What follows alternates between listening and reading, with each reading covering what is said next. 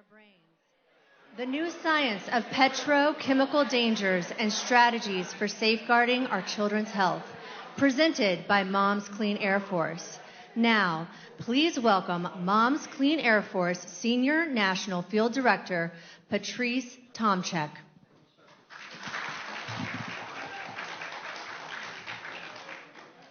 All right, good morning, everyone, and welcome. Welcome to the Moms Clean Air Force Summit, and this is our summit for 2026, and it is titled Plastic on Our Minds and in Our Brains, the New Science of Petrochemical Dangers and Strategies for Safeguarding Our Children's Health.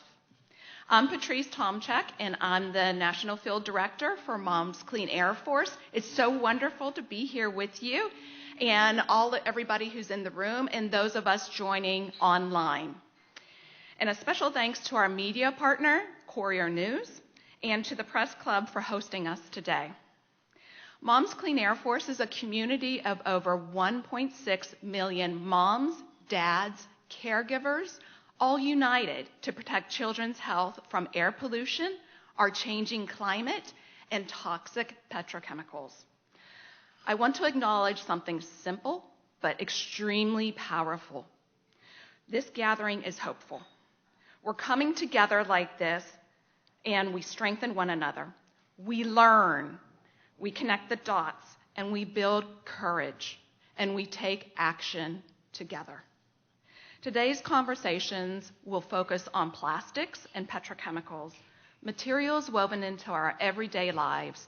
We see them in our kitchen, in the grocery stores, we see them in our clothing, and also in our personal care products.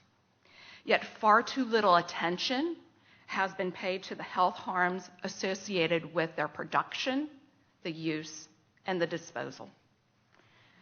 Plastics and the tiny particles they break into are found in the air we breathe, the water we drink, the food we eat, and thus can be found in our bodies. We're especially mindful of the communities located near petrochemical and plastic facilities, where the air pollution can be higher and families often face disproportionate health burdens. Because plastics are made from fossil fuels and contain added chemicals, researchers are working to better understand how these exposures affect our health. We'd like to share a trailer for a documentary that is titled The Plastic Detox, which will be released globally on Netflix on March 16th. This is produced by an Academy Award-winning team, and the film features Dr. Shanna Swan and other leading scientists, including Dr. Jasmine McDonald, who you will hear from today. The stories in this documentary are from couples navigating infertility and taking steps to reduce toxic exposures in their lives. So now we'd love to show you the trailer. Go ahead and cue it up. Microplastics are in everything now. Plastic leaches a crap ton of chemicals. Even the smallest levels of exposure can have profound effects. Fertility worldwide is going down, and it is tightly linked to chemicals that are commonly used in plastic. You have been trying to get pregnant for over 10 years now. 22 months. 2.5 years? Say what you always call yourself. I say, Julie, I'm not a human dildo.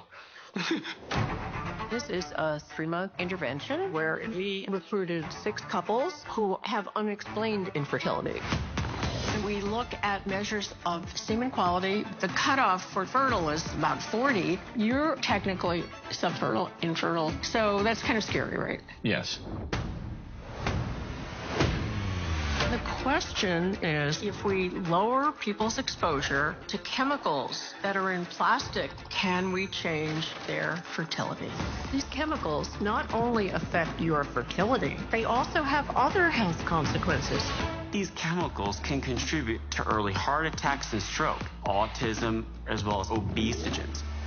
Learning more about plastics, it's opening my eyes to how much bigger it is. Many people think the government takes care of us, but very few chemicals are actually banned from personal care products, and over 1,100 are banned in the EU. To have a child, I believe it is a fundamental human right. I think you'd be the best mom ever, and I really want to see that for you. Plastic doesn't have to come from a toxic petroleum-based material. We can learn to do it other ways. It can change, and you can help with the change.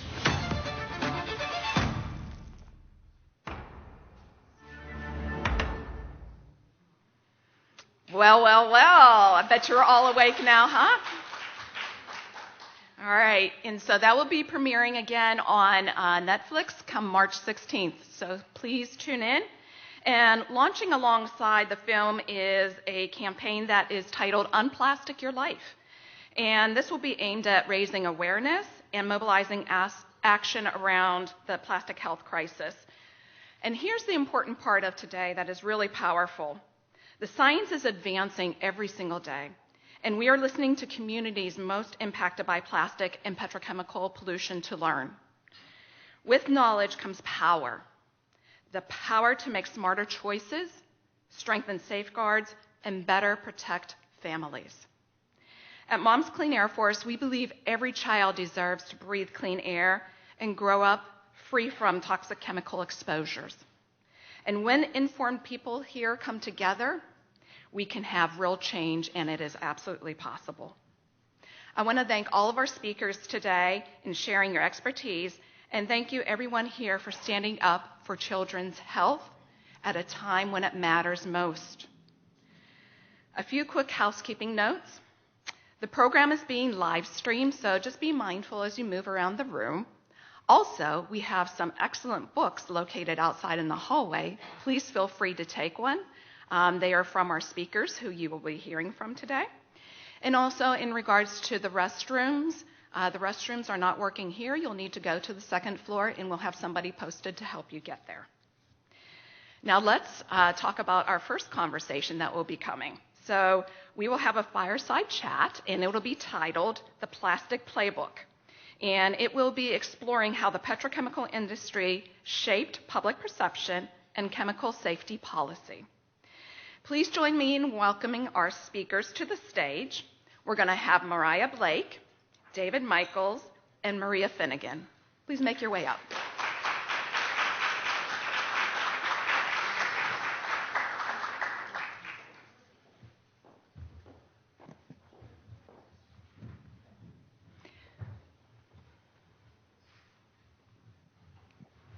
All right, thank you, folks. I'd love to tell you a little bit about them and their background.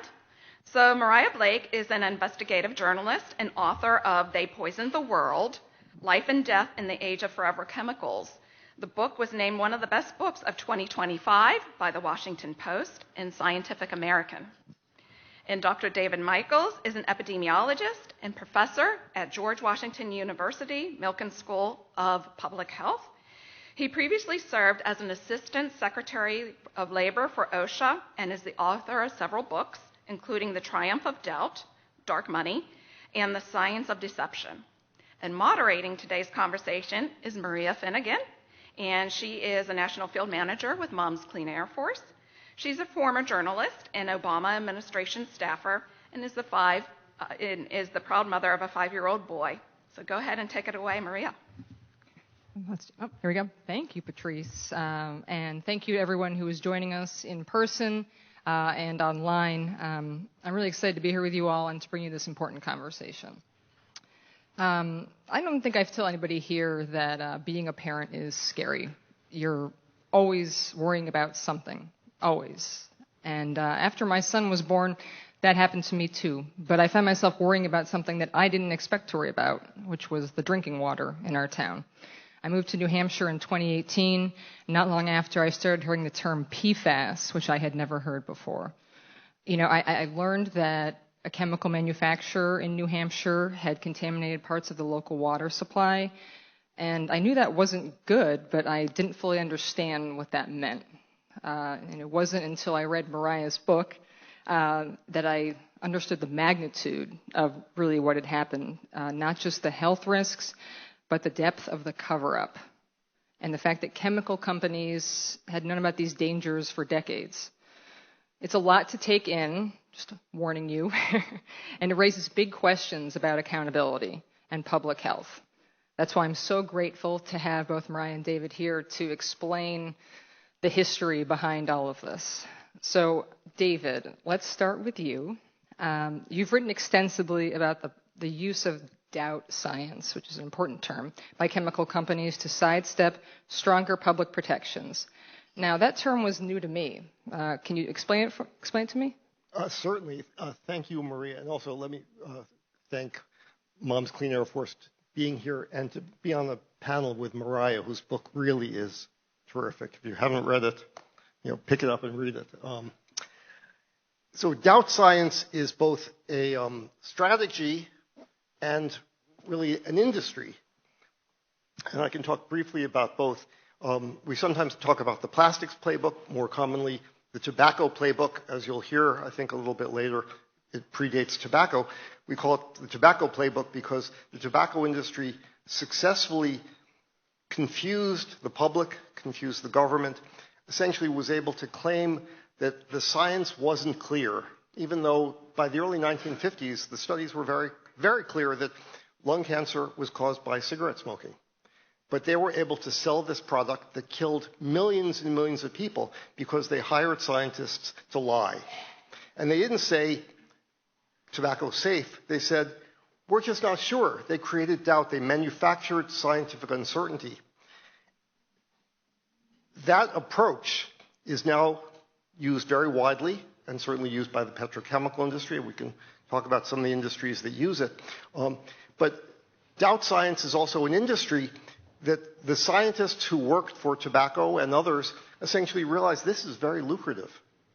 That by putting out a shingle saying, we can help you, they're hired by whatever industry you can name that creates a dangerous product or pollutes and is making people sick, because the first instinct of many corporate leaders and their attorneys when they hear allegations, when they hear the first reports that this exposure is making people sick, is making kids sick, it's causing all sorts of problems, is not to say, let's look at the problem, let's find some independent scientists to figure it out. Instead, let's hire a scientist or some scientist to create confusion. And that's what doubt science is all about. Thank you, David. So as you talk about doubt science and these scientists that engage in product defense, what are a few examples that members of the public should know about? Some that they might know and some they don't know about. Well, the list is long. Because we're here talking about kids and brains, perhaps the first one to talk about is the lead industry. And the history is quite long. But even recently, when it's been very clear that low levels of lead exposure impact kids' intellectual development, neurological development, the lead industry has hired scientists based at a company called Gradient up in Cambridge, Massachusetts, to say that the studies showing that low-level lead just isn't that dangerous. They're wrong.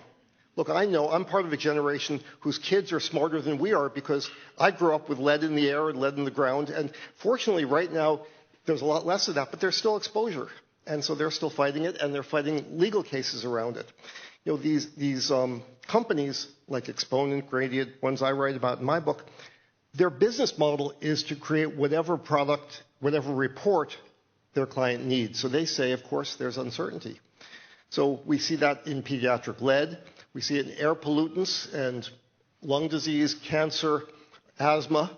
The National Football League did it for years around chronic traumatic encephalopathy, essentially hiring scientists, physicians who were very much conflicted, who did all sorts of studies to show that there really is no effect on the brain of these multiple hits. Now, finally, what happens in many cases, just as happened in tobacco, the evidence becomes so overwhelming that they can't carry that lie any further.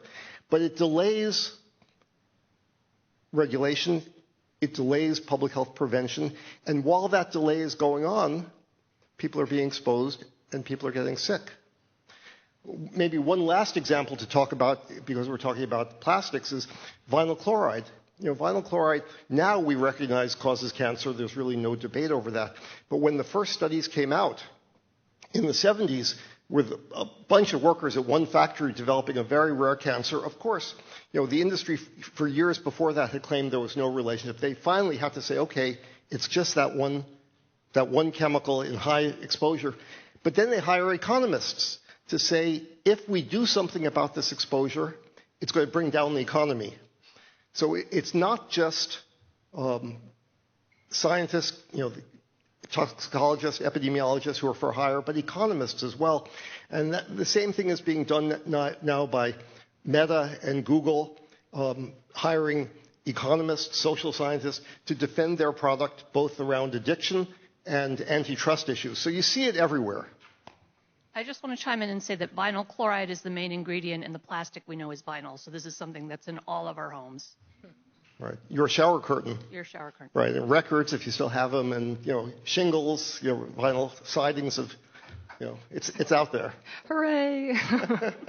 I think the term that you used was science for sale, which I liked. That Absolutely. Was good. Science for sale. And being from New Hampshire, your Deflategate reference was very helpful, understanding that was what they did. Yeah. That was the plan.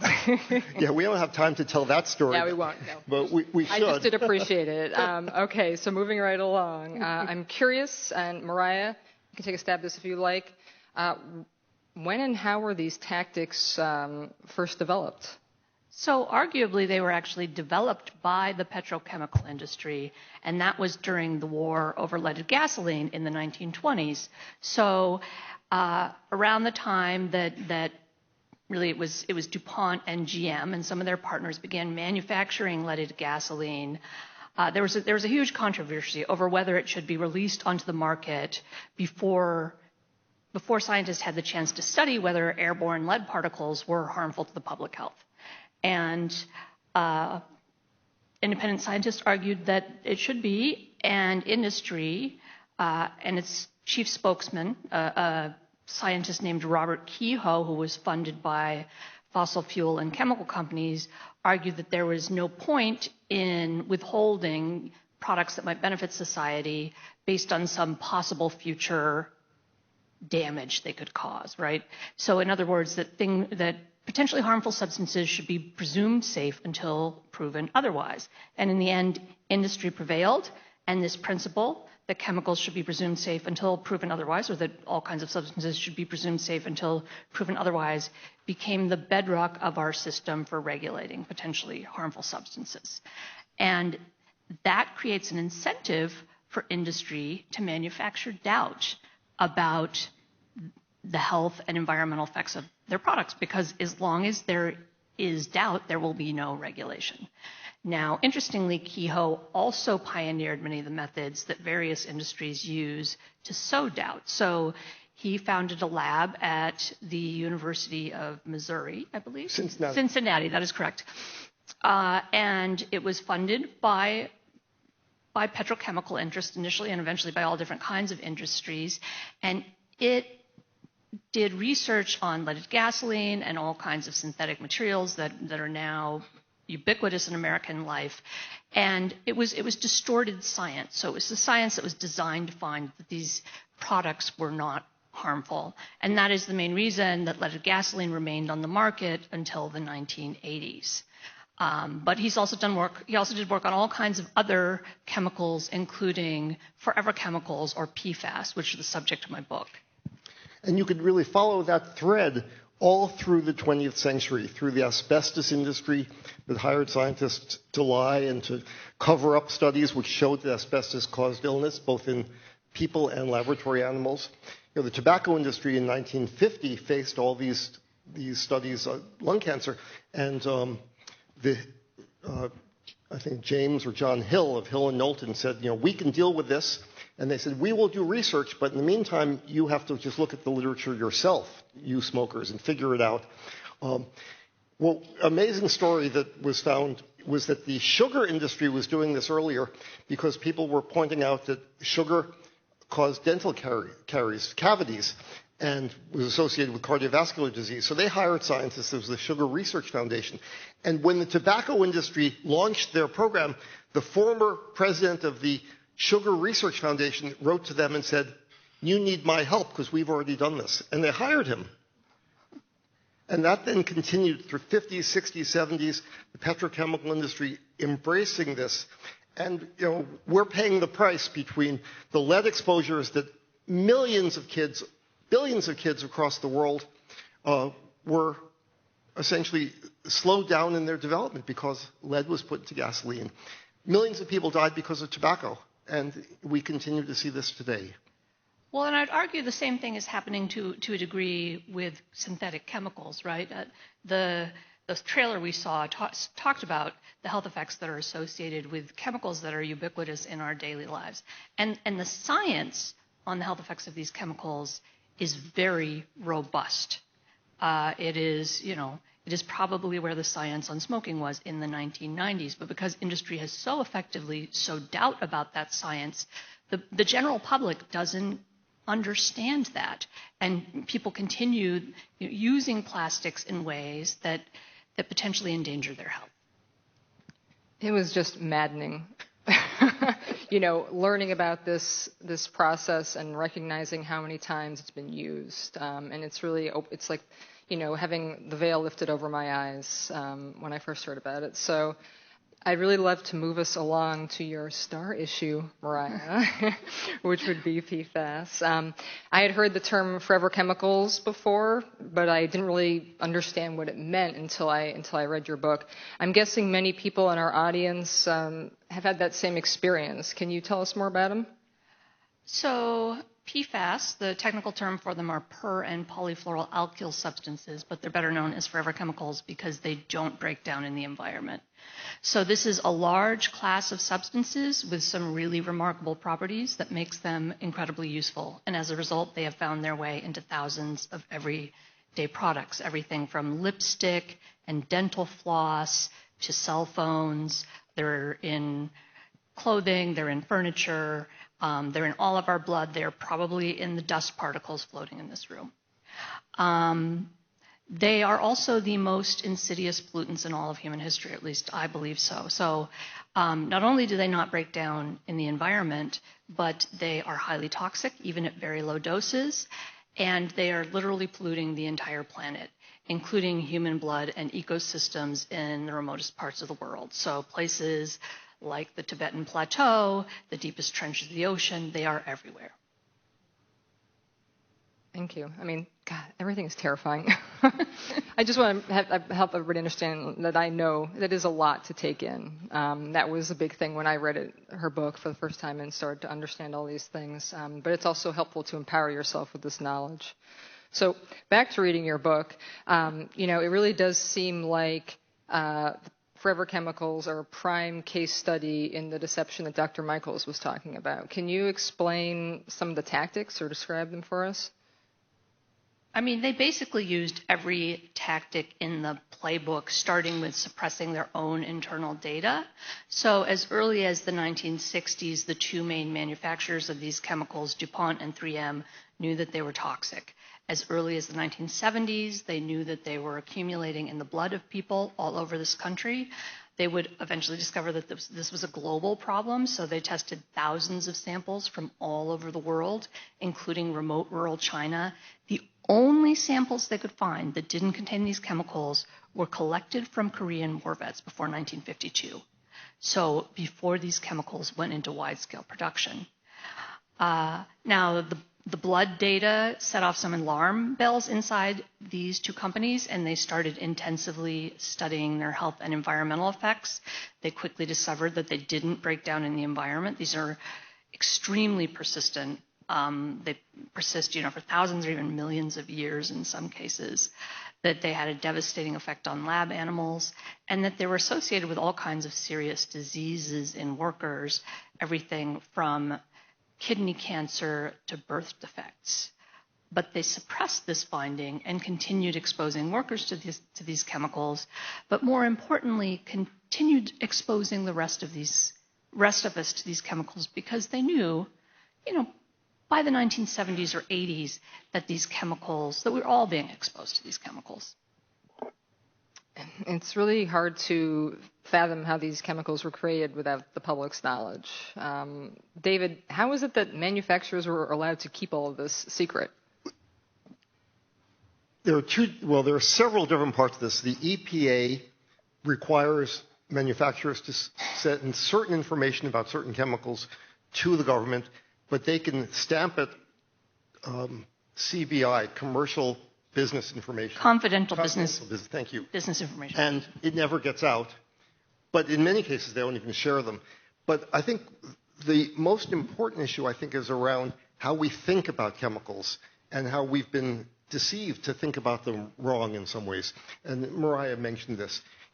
People, we all grew up on TV shows like Law and Order and Perry Mason stuff. And this idea is that there's a trial and people who are accused of crime are innocent until they're proven guilty, right? And so that concept makes lots of sense. It's only fair. And I think what industry has done is sort of subverted this and applied this in the regulatory system and in the court system to toxic exposures, to poisons. And so unless you can prove that this poison is really that dangerous, that it kills people, the chemical industry has the right to sell that product. So that presumption of innocence, which is, this idea, of course, presumption of innocence, right? We all buy that. Shouldn't be applied to these different chemicals. But we will never have the data on the chemicals that we need. I mean, if you've seen Dark Waters or read Mariah's book, you know about the big C8 study, the study that DuPont, the main attorney for the first people suing DuPont around PFAS, was able to negotiate with DuPont that they would hire 3 independent scientists and they would fund independent studies, which we've never seen a study that large of any environmental chemical that's in the water. 60,000 people provide blood samples. There was a huge amount of studies. And a lot of what we know about just 2 of these chemicals, PFOA and PFAS, from this study, there are at least 12,000 different PFAS chemicals. And we don't have data on, 99.9% of them. And we're never going to have data on them. And so the industry often says, well, we don't really know that this chemical is that dangerous. So there are 2 different issues here. One is this presumption, and the other thing is the regulatory system is all set up in the laws that were passed, make our government agencies like EPA, OSHA, et cetera, regulate a chemical at a time. I ran OSHA, and OSHA has issued 30 chemical standards or 40 chemical standards in 50 years. That's for individual chemicals.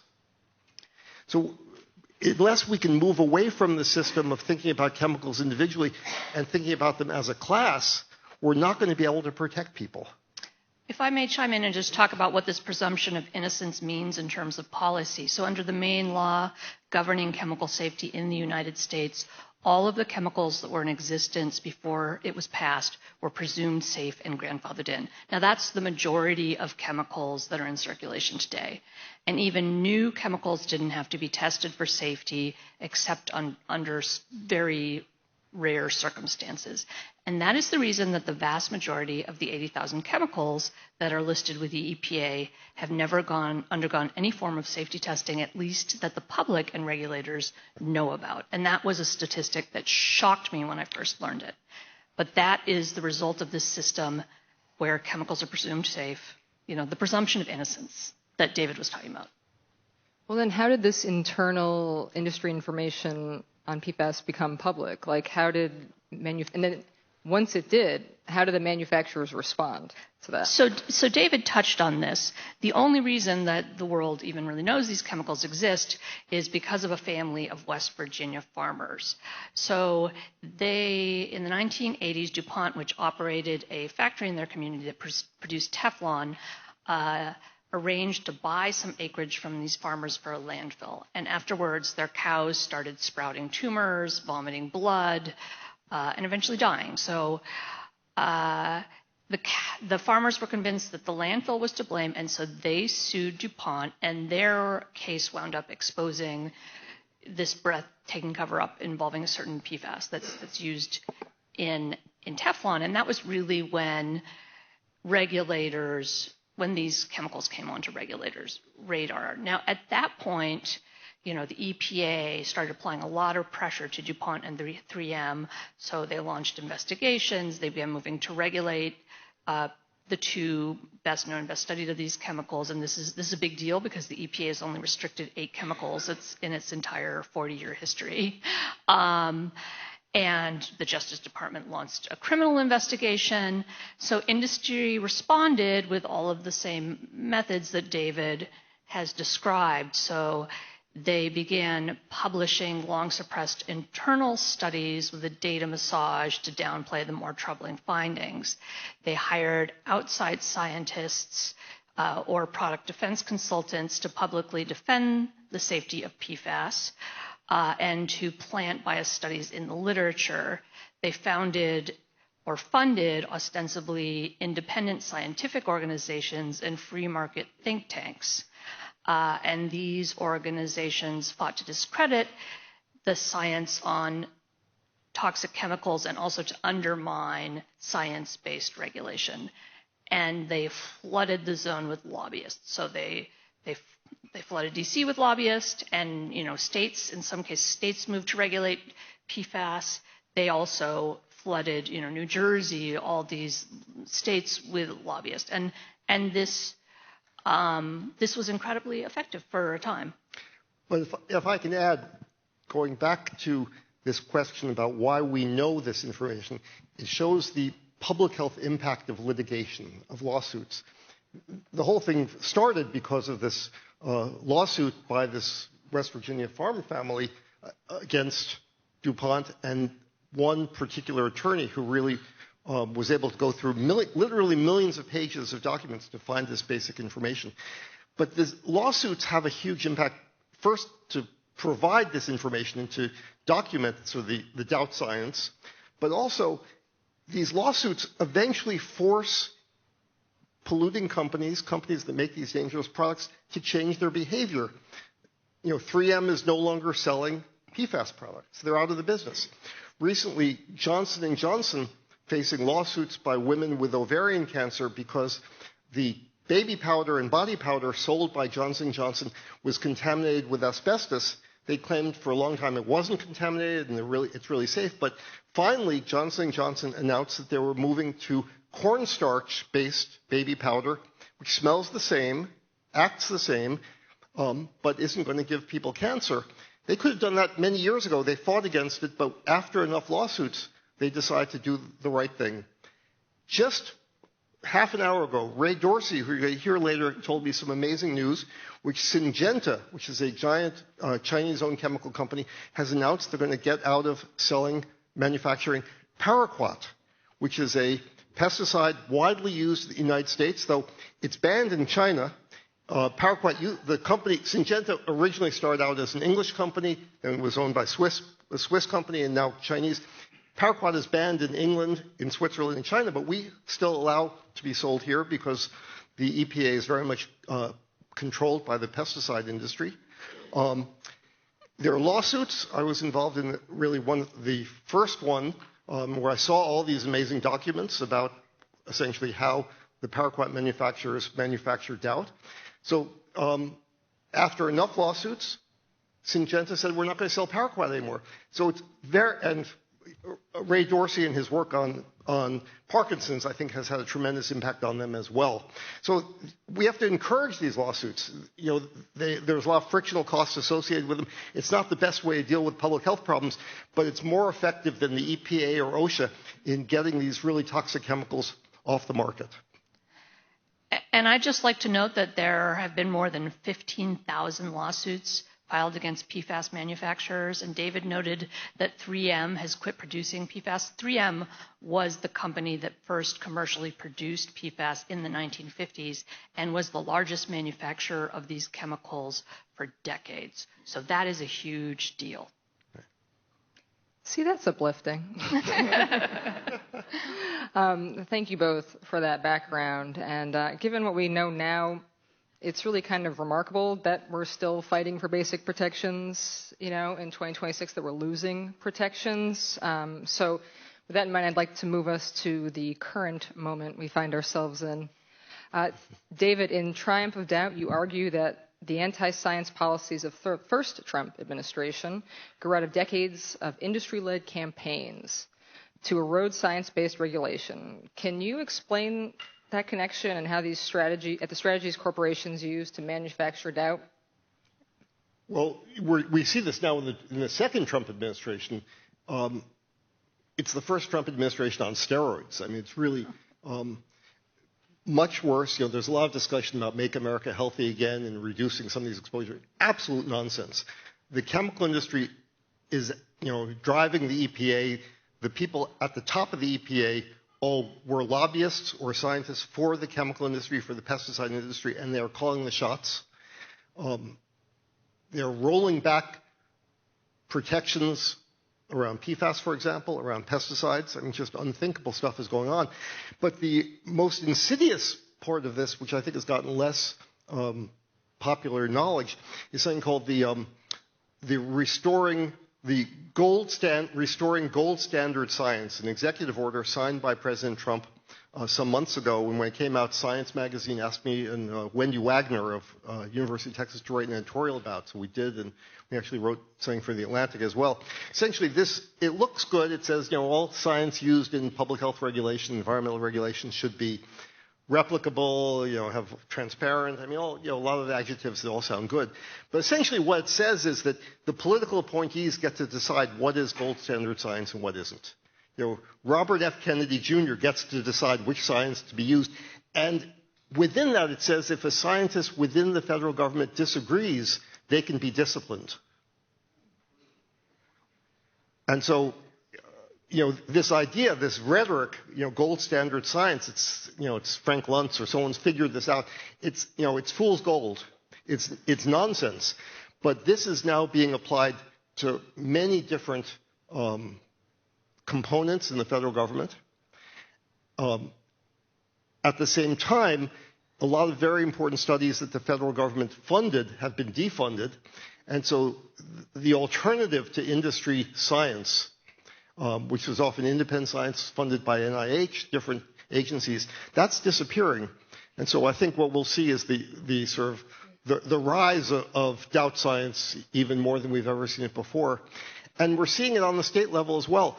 The Alabama legislature was considering, and I think they've already passed, a restoring gold standard science law that very much like the federal executive order, and it says that the state of Alabama cannot issue any environmental regulation stronger than what EPA does, though many states have done things like that, and it includes all those same provisions that will make it very difficult to do anything in Alabama, and we're going to see that in more and more red states. I mean, it's really quite concerning. And David, correct me if I'm wrong, but I believe the transparency dimension of this is what was previously called secret science laws, right? Yep. So this is something that was incubated by tobacco industry lawyers, and it bans what they call secret science, a science where the data is anonymized so you can't see who the people are. And, I mean, epidemiological studies, it has to be anonymized. So it essentially bans the EPA from using human health data. And this is something that the tobacco industry cooked up decades ago that is now being enshrined in policy under this administration. That's right. On a more hopeful note, I understand that some U.S. states have been making major progress around reining in PFAS, even under Trump. Yeah, so it is a very hopeful story. So over the last decade, thanks largely to events that were set in motion by this lawsuit that I've talked about in West Virginia, tens of millions of Americans have learned that their drinking water is polluted with PFAS. Farmers in some regions of the country have learned that their farms are heavily polluted with sewage sludge that was spread over their lands as fertilizer. There's been a lot of scientific research showing that PFAS are common in everyday goods and that the public is being exposed as a result. But the way people have responded to this, particularly people in communities that are highly affected, is they've turned their outrage into activism. So you have all of these unlikely activists all over the country, farmers, factory workers, military families, suburban moms, who are coming together to demand action from their political leaders and fighting to hold the polluters accountable. And as a result of this, you have some pretty dramatic changes happening. So the strongest evidence of this is what Maria just referred to is state-level laws. So far, 30 U.S. states have passed almost 200 laws restricting PFAS, including at least 16 full or total bans on the entire class of substances in consumer goods, or in some cases firefighting foam. Now, this is revolutionary because that's not how we regulate chemicals in this country. We normally regulate them one by one. And this trend has continued and even accelerated since Donald Trump took office. So I believe there are now 275 policies pending before state legislatures, including in red states. So this is an issue that has garnered bipartisan support. And as a result of this, so you have this tidal wave of legislation, plus the EU is weighing a class-wide ban on PFAS. This would be the most aggressive regulation in the bloc's history. And you have this huge mass of lawsuits. Those three factors are prompting large swaths of the economy to voluntarily move away from these chemicals. So David talked earlier about the fact that 3M has gotten out of the market. That just happened in January. But also a number of retailers, in fact, 40 major retail chains with nearly $2 trillion in combined annual sales, have committed to either eliminating or radically reducing PFAS in their packaging and products. And we're talking about huge corporations, McDonald's, Amazon, Apple, Taco Bell, Home Depot, companies that you wouldn't necessarily associate with environmental responsibility. And it's because using these chemicals is becoming such a liability. It is a financial decision. And these trends, I think, have the potential to move us towards turning off the tap on these chemicals faster than regulation, because regulation moves slowly and markets move fast. But to underscore what Mariah just said, state-level activism is where things are at right now. And the history of this, of the last 30, 40 years, industry does not want to deal with a mosaic of different regulations and sell different products in different places or label them differently. And the reason we actually have a somewhat stronger Toxic Substances Control Act that was passed at the end of the Obama administration was industry fought strengthening a very weak law until different states started passing laws that said you can't sell this product if it has bisphenol A in it, or you can't sell this plasticizer in this state.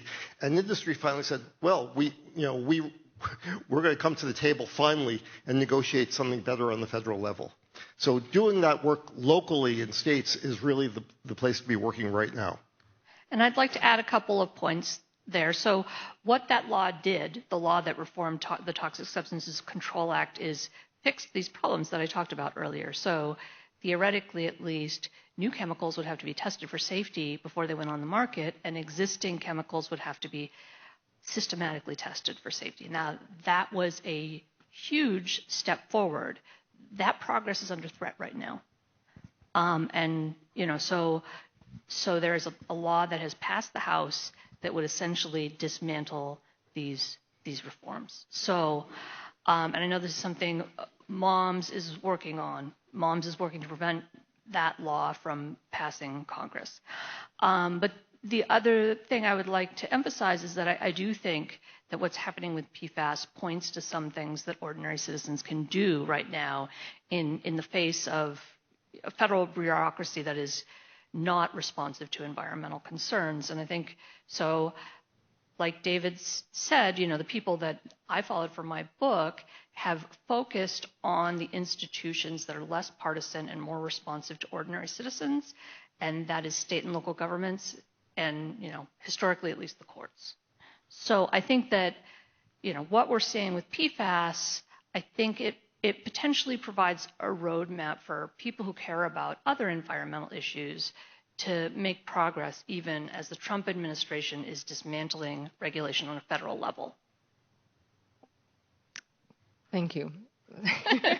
Thank you, Mariah. Thank you, David. I'm glad we closed that on a positive note, because it's good to know that progress is possible. And I want to thank you both for this incredible conversation. I want you thank you for changing my life, honestly, and opening up a lot of giving me a lot of clarity, a lot of these different things, and having me question what I'm drinking, what I'm eating. And without the two of you, we'd still be in the dark about doubt science. So to close that, I just want to say that it is so important for all of us to stay committed to science and to focus on the facts.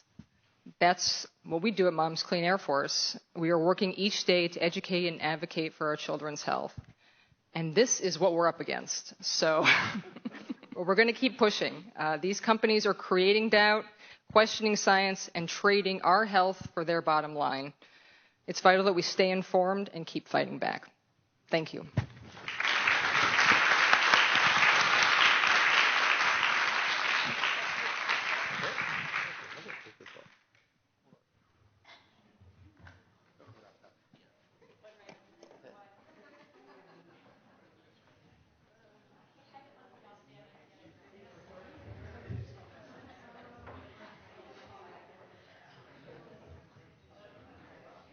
Please remain in your seats while our program takes a brief pause.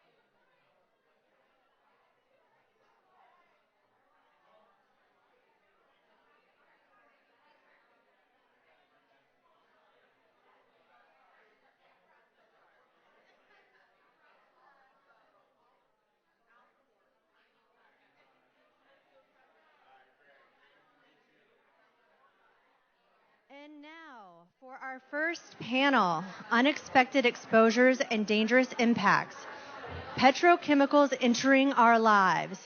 Please welcome to the stage your moderator, Amy Rivers, along with our panelists, Dr. Ray Dorsey, Dr. Jasmine McDonald, and Cynthia Palmer.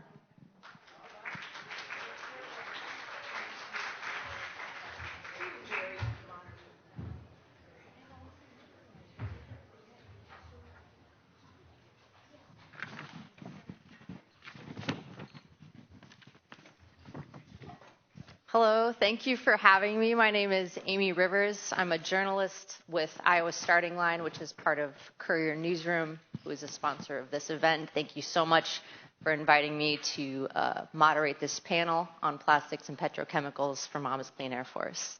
I'm really excited to introduce my guest today.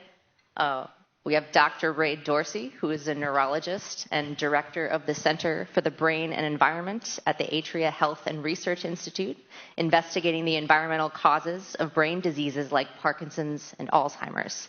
He was a 2015 White House Champions of Change and has co-authored 2 books, 2020's Ending Parkinson's Disease and last year's The Parkinson's Plan, A New Path to Prevention and Treatment. Ray, thank you for joining us today. Yeah. Can you tell us a little bit about what you've been working on and how that relates to today's panel? So first of all, thanks very much to Dominique Browning, to Moms Clean Air Force. It's organizations like yours, like MAD, like ACT UP, like the March of Dimes that not only improve our health, but improve the health of everyone. They do it for generations to come. You know, many of us don't have HIV. Many of us haven't been killed or injured in a car accident. None of us have polio, and those are all because of grassroots organizations like yours that have changed the course of history. So I'm delighted to be with all of you. So I'm a neurologist, and it turns out that for the first time in human history, brain diseases are the leading source of disability.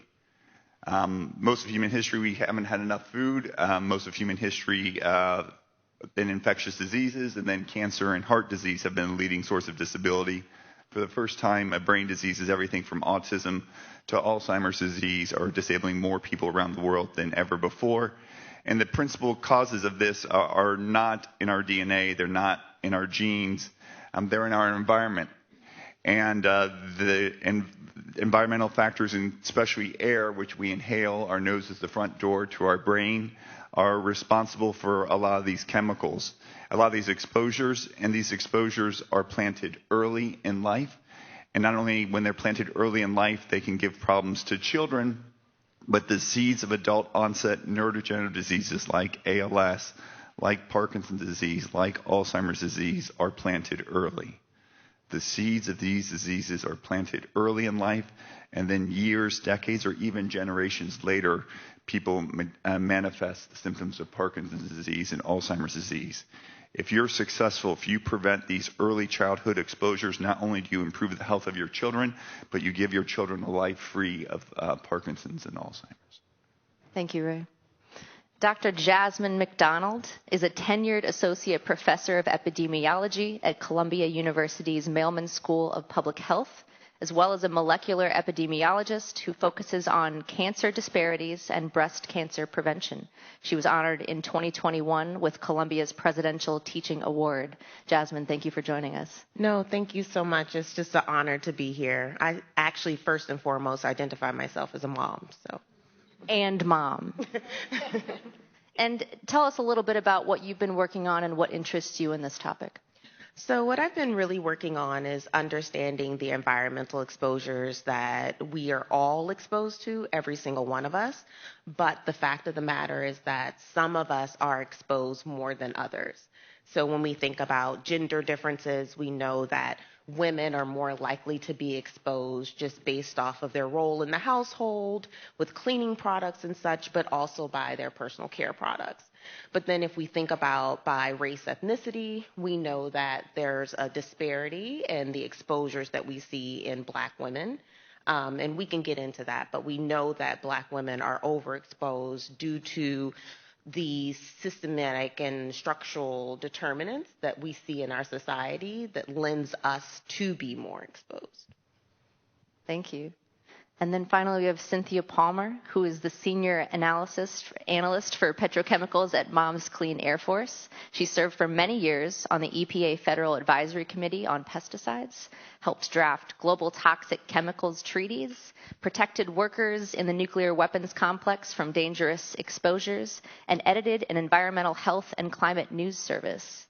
Thank you, Cynthia, for joining us today. Thank you so much. Can you tell us what you've been working on and how you've been addressing this issue? Sure. So I trained in environmental health and environmental law.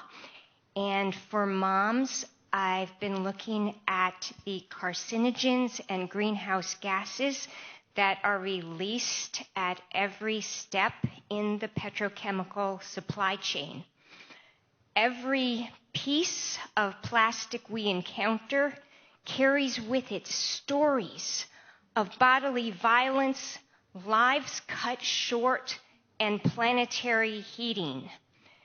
And now, as we heard in the fireside, the federal government has been busy dismantling the rules that protect us from air pollution, toxic chemicals, pesticides, chemical disasters, climate change, you name it.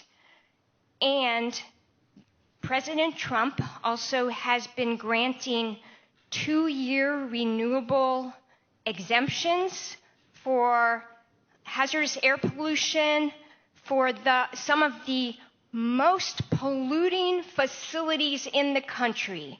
There's a program where you can just send an email to the president and get your exemption. So I spend a lot of late nights and weekends wading through thick regulatory documents that try to justify the gutting of health and safety rules. Thank you. Thank you, Cynthia. Yes, please give our panelists a round of applause. Yes. A lot of important topics. Ray, I know personally I've seen brain disease in my own family, and my dad worries because he's seen his grandmother get dementia. He's seen his father get Lewy body dementia. He's worried that there's a genetic component to this, obviously, and that's what we've been told in the research, honestly. We just assume it's in the family. But your research says environmental exposures like petrochemicals may be more of a factor than this past research suggests. How much of a factor is the environment on brain disease? So it varies. First of all, sorry to hear about your family. The genetic causes of rare diseases is often large. So I spent the first 10 years of my life working on Huntington's disease, which is essentially a purely genetic disease. You carry the genetic mutation, you'll develop the disease if you live long enough. If you don't carry it, you'll never develop it. Cystic fibrosis the same way. But common diseases like breast cancer, which Dr. McDonald works on, and Parkinson's, which I work on, have very modest genetic contributions. If you rank order diseases, they're at the bottom. For Parkinson's disease, of 8,000 Americans with Parkinson's disease who signed up to participate in a study looking at the genetics of Parkinson's, only 13% carry a genetic cause or genetic risk factor for the disease. Said another way, 87% of Americans with Parkinson's disease have no known genetic cause or genetic risk factor for the disease. None. Second thing is people say, well, this is just aging. This is a natural consequence of aging. Wrong. So you put a mouse in the laboratory and you let it age, it will never spontaneously develop either Parkinson's disease or Alzheimer's disease. The only way that mouse will develop Parkinson's disease is if you manipulate its genes or expose it to toxic chemicals, or do both. It is not natural that 1 in 3 85-year-olds have Alzheimer's disease. It's not natural to have dementia with Lewy bodies. Dementia with Lewy bodies, which affects the late Robin Williams, about 1 million Americans. The first major description of dementia with Lewy bodies was, anyone? We'll give a free copy of the book. 1976. So I was a 4-year-old boy when the first case of dementia with Lewy bodies was described by Dr. Kenji Kosaka, a psychiatrist in Japan, who had a patient with Parkinsonism and dementia. And he says, so far as I know, no other case has been reported. So how do you go from a disease that didn't even exist to one that affects 1 million people? When Dr. James Parkinson described Parkinson's disease, he described 6 people that he saw walking the streets of London with a new disease, with a disease that he said had not been classified in medical literature. 200 years later, you have 6 million people with the disease. How do you go from 6 to 6 million in the span of 200 years? It can't be changes in our genes. Genes don't change that much. It's growing much faster than aging can explain by itself. The principal causes of these diseases are not in our DNA, not in our cells. They're outside of us in our environment. If we clean up our environment, if we clean up our air, if we clean up our food, if we clean up our water, if we clean up our cosmetics, we get a world where Parkinson's disease, where Alzheimer's disease, where autism, where breast cancer, 1 in 8 women, are increasingly rare instead of increasingly common. Thank you. And what can we do to protect ourselves from brain diseases, can we only prevent environmental exposure, or are there ways to protect ourselves even after we've been exposed? So in our book, we give you the Parkinson's prevention pyramid. If you don't like to read, you can skip to page 287. We give you the Reader's Digest version, lots of pictures, 25 actions you can take in your everyday life to lower your risk of Parkinson's, or if you already have the disease, to possibly slow its rate of progression. Everything from buying organic, washing your fruits and vegetables, an air purifier, a water filter, and similar things. Then we talk about things that you can do in your community. In the process of writing this book, I was a very typical academic neurologist, really didn't know, even look at these issues until I had the gift of a sabbatical in 2018, where I wondered why we went from 6 to 6 million, and I read the work of one of my colleagues, Dr. Caroline Tanner. It's worth noting that a lot of this research is overwhelmingly done by women. And she had diligently for 40 years been telling us what the environmental causes of Parkinson's are. So in the process of writing this book, we know that pesticides are routinely sprayed on kids' schools and playgrounds. Yeah, so we spray nerve toxins. Many pesticides are nerve toxins. They damage the nerve system of insects. And we have the audacity to wonder why 1 in 31 8-year-old children have autism. I think we're just asleep. I'm asleep. I think we're all asleep. We're spraying this on sports fields, and there are studies, 3 studies, one from Italy, one from Scotland, one from Spain, showing that soccer players have an increased risk of ALS. And we spray nerve toxins on sports fields, and we wonder why. It's all there. In the 1960s, since we're talking about air, the governor of California, people remember Los Angeles, smog, you couldn't even see across the street. Air quality was so bad, the governor of California said we should ban all unnecessary driving in the 1960s. That governor was Reagan, who happens to be the first U.S. president to ever develop Alzheimer's disease. The clues are all around us. If you look at them, and you look at them diligently, you find out that the causes of these diseases are preventable. We can create a world without Alzheimer's disease. We can create a world without Parkinson's disease. We can create a world without dementia with Lewy bodies. In fact, for 99.9% of history, we have had a world without Parkinson's disease, or we have had a world without dementia with Lewy bodies, or where these diseases have been extraordinarily rare instead of extraordinarily common. Thank you very much for your work. Jasmine, you deal with the chemicals in our beauty products, makeup, hair products, and skincare. That's supposed to make us feel good, feel beautiful. But your research is showing the multitude of chemicals in these products can be causing us harm. How are they causing us harm, and which chemicals in particular are causing the harm?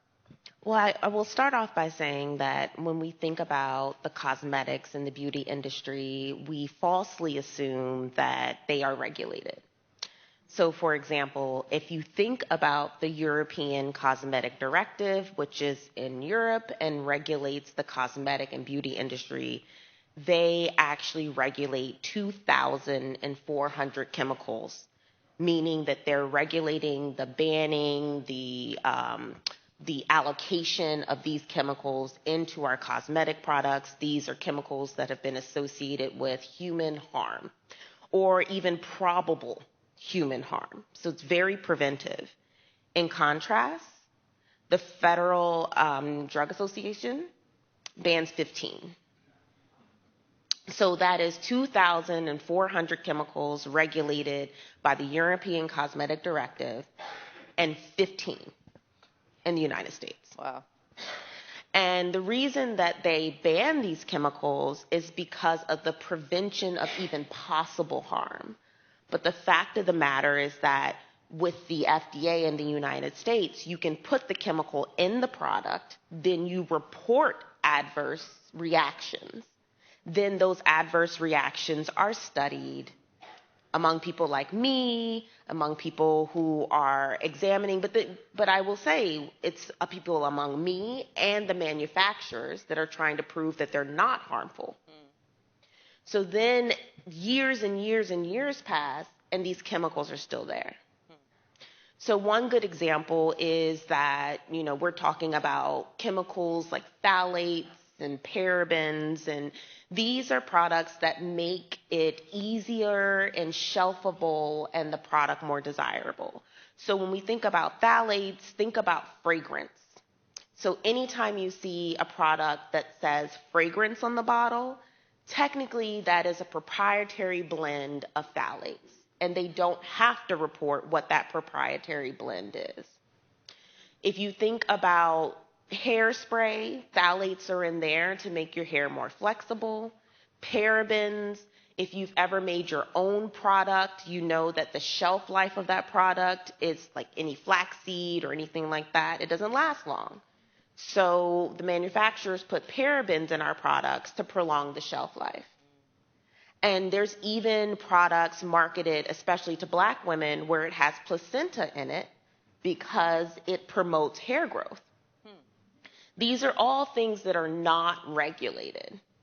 These are things that are put into our products in order to make us buy the products without telling us on a warning, this may cause.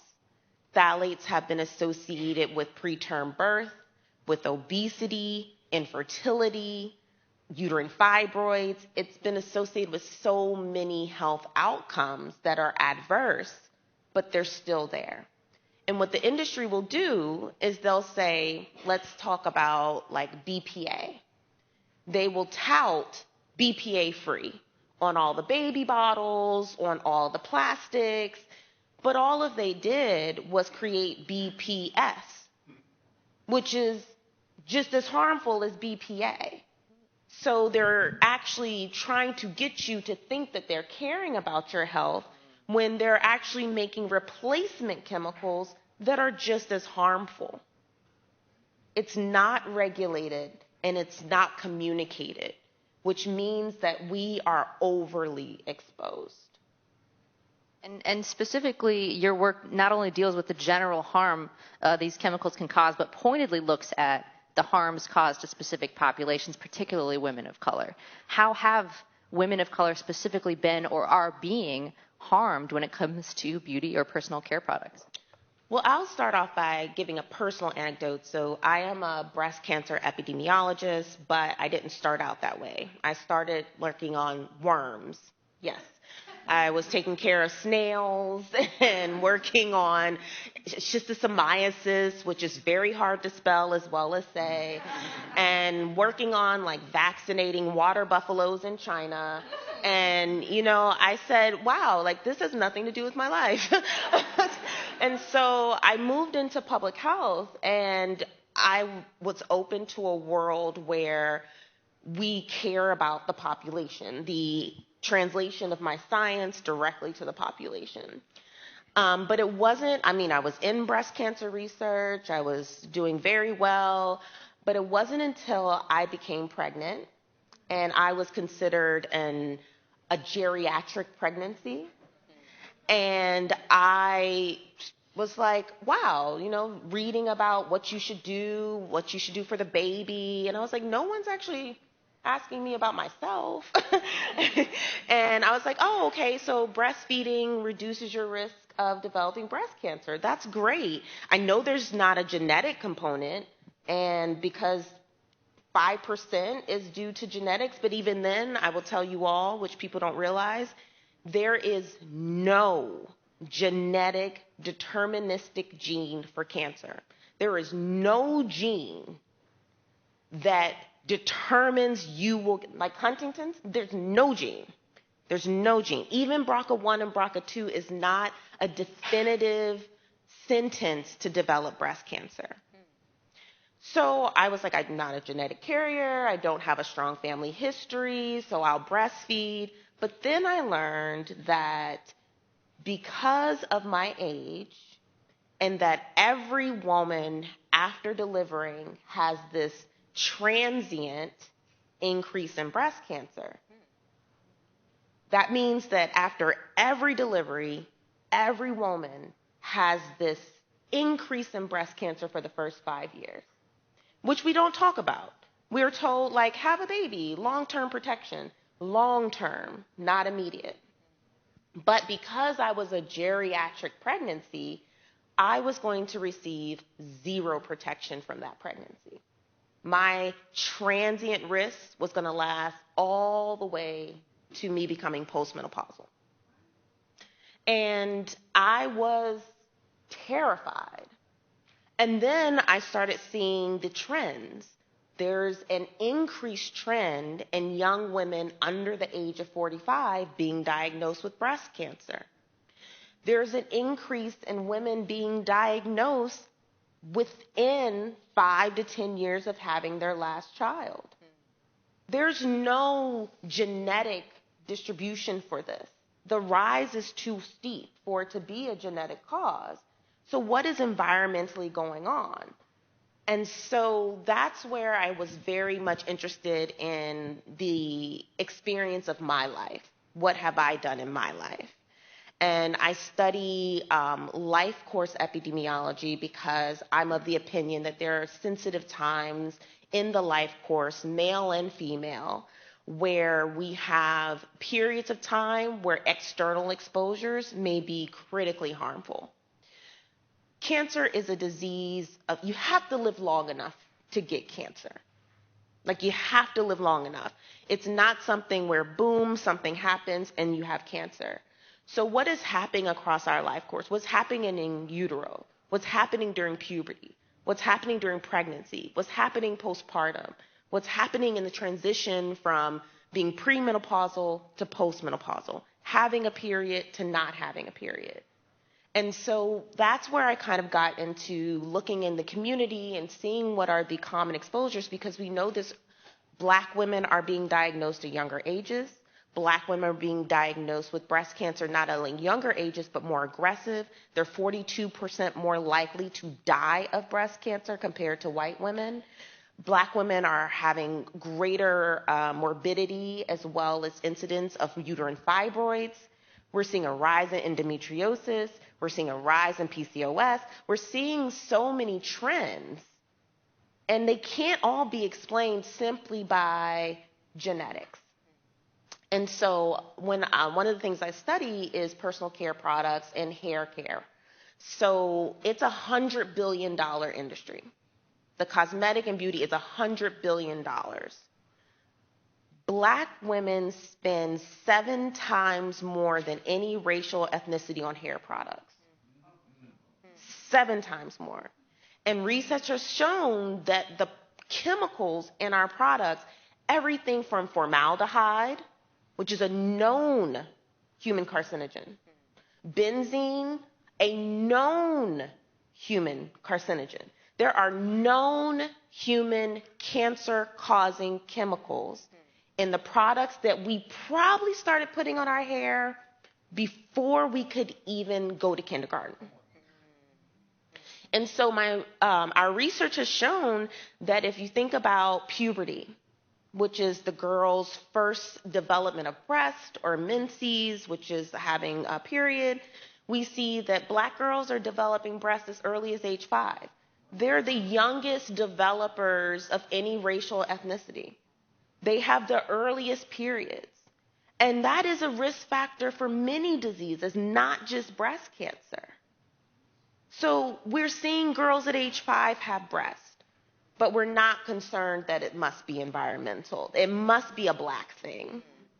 But the fact of the matter is that we are exposed to these chemicals in utero. We're exposed to these chemicals in early life. And why? A lot of this is because as a Black woman, or even as a brown woman, or an indigenous woman, we're told that the standard of beauty is light skin, straight, long hair. So what do? We use skin lightening creams, which contains mercury, a known human carcinogen. We straighten our hair, and this is irreversible. This is not a press where it goes back. This is a permanently breaking the strongest chemical bonds in nature. And you have to keep doing it. And if you've ever met a Black woman who stopped, it looks really awkward until they do the big chop. Just Google it. And so it's one of those things where before we even had autonomy over our bodies, we were being exposed. Because we were told that you can't go to school with that kind of hair. We were told that your skin is too dark. We were told Make sure when you go outside, you have an umbrella on so your skin doesn't get even darker. We were told that black or brown wasn't beautiful. And so a lot of these products have been marketed to us because we're trying to be that false Eurocentric view. Thank you, Jasmine.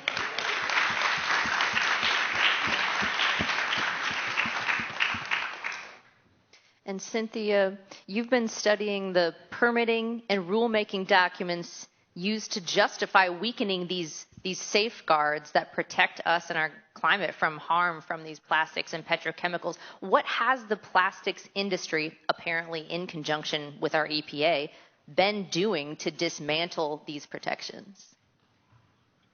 Thank you. Why don't I start, before I dive into how they're dismantling, let me tell you how the petrochemical industry operates. I will give you a very quick snapshot along the petrochemical supply chain. So 90% of the plastic that is made in this country is made from natural gas from fracking, and these fracking wells can be miles long, and into the wells the operators inject PFAS and other chemicals to lubricate the process. The hydrocarbons that emerge are then processed in giant petrochemical facilities, some as large as hundreds and even thousands of football fields. And every step of plastics production subjects communities to round-the-clock carcinogenic exposures and the ongoing risk of fires, leaks, and explosions. The resulting plastic harms all of us. Plastics contain various mixtures of 16,000 chemicals, including PFAS, phthalates, bisphenols, flame retardants, and on and on. And the chemicals are not bound to the plastic polymer, which is like the skeleton of the chemical. The chemicals can migrate freely out of the plastic into our water, air, and food. And then there's the matter of microplastics, the tiny, jagged fragments that accumulate in our bodies and act like slow-release drugs. So they're leaching their chemicals into our bodies over time. We inhale millions of microplastic particles each year. We also eat and drink them.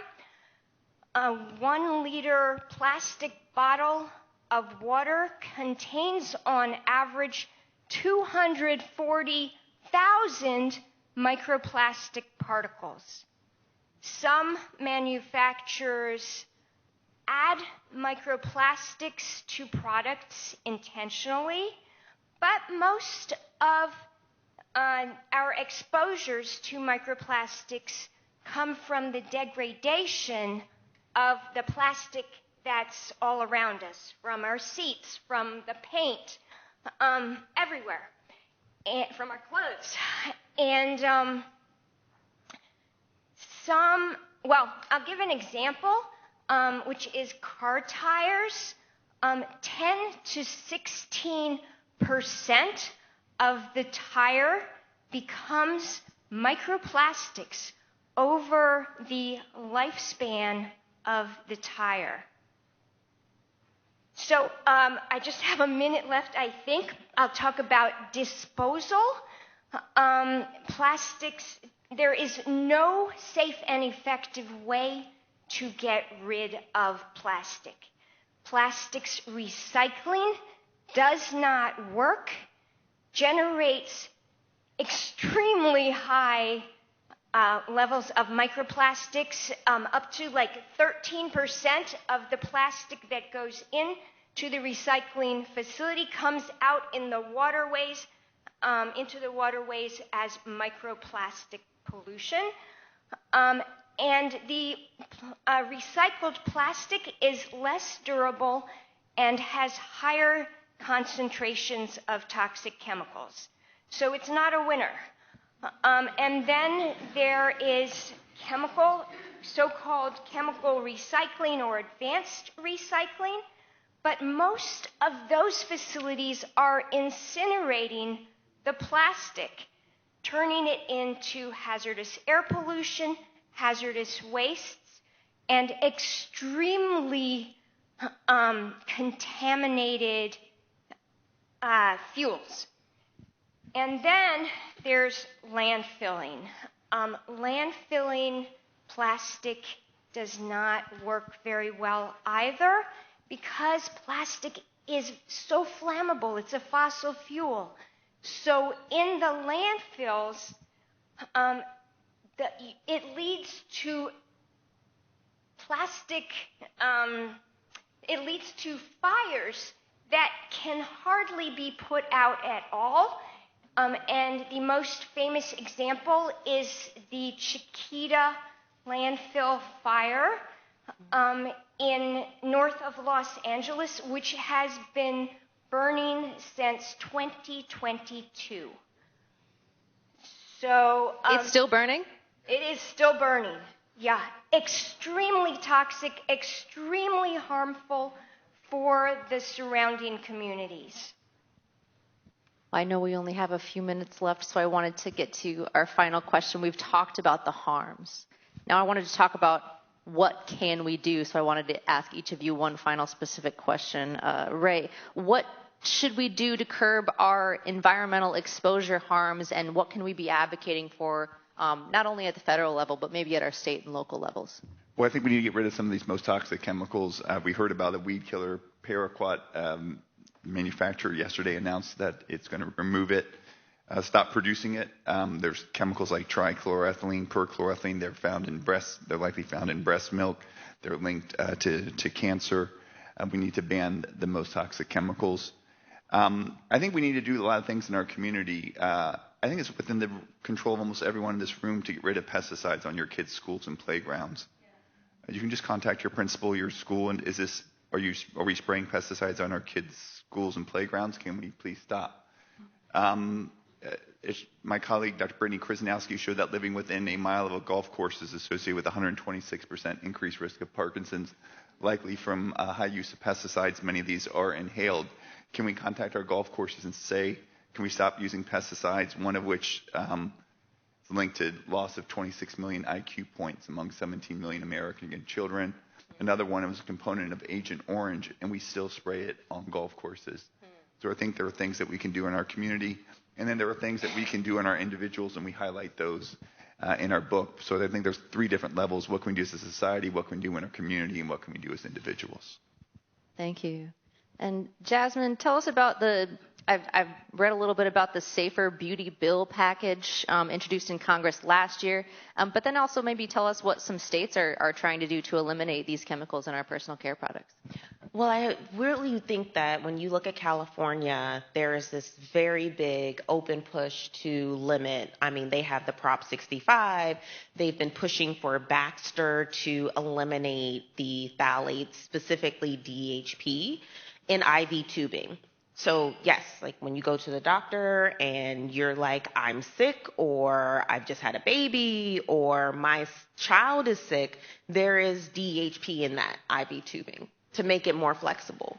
So it'd be great if we could go to our medical facilities and know that they are taking the biggest precaution. And so I would say, always look to like California as one of those huge states that are trying to push. Breast Cancer Prevention Partners, I was with them just recently, and Get the F Out campaign, which stands for formaldehyde. And I think it's important that we see when all of these are being taken place and just say, hey, you know, I'm going to promote that bill. I'm going to sign on to that. Because with California comes other states like Washington, D.C., Maryland, and et cetera. So just be cognizant not just of your own state, but realize that there are other states that will push this along. Yeah, look to the other states for help getting your state on board, basically. Yeah. And then finally, Cynthia, what else can the rest of us do to protect ourselves from the harms of plastics and petrochemicals, and give us a little sense of what Mom's Clean Air Force is doing as well? Thank you. It's a tricky question to answer because the problem is so vast and growing.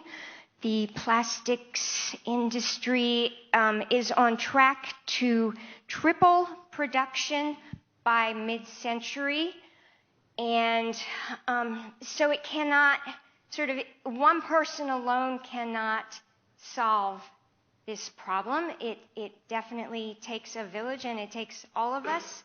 That said, on the personal level, I have brought along a very few items for show and tell. Oh, nice. Some changes that we've made in my own family, my girls and I.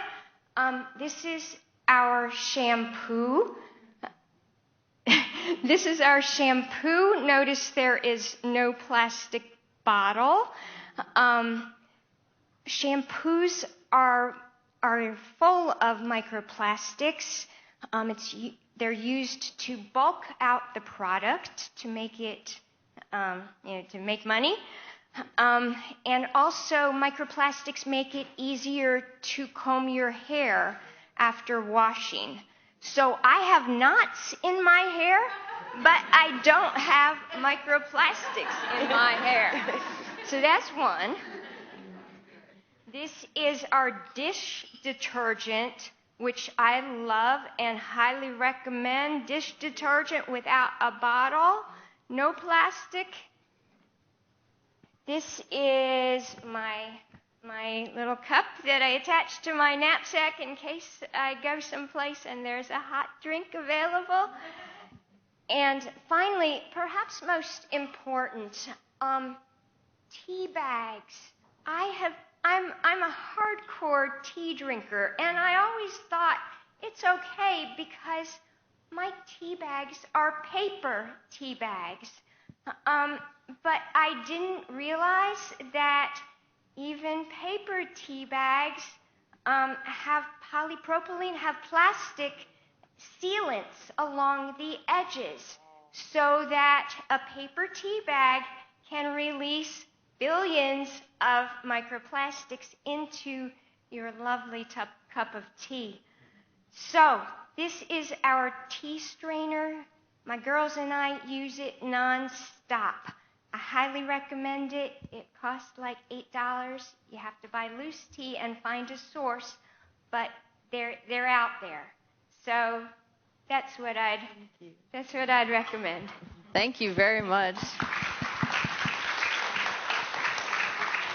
Thank you so much to our panelists, Dr. Ray Dorsey, Dr. Jasmine McDonald, Cynthia Palmer with Moms. Thank you very much for having me as well. Thank you.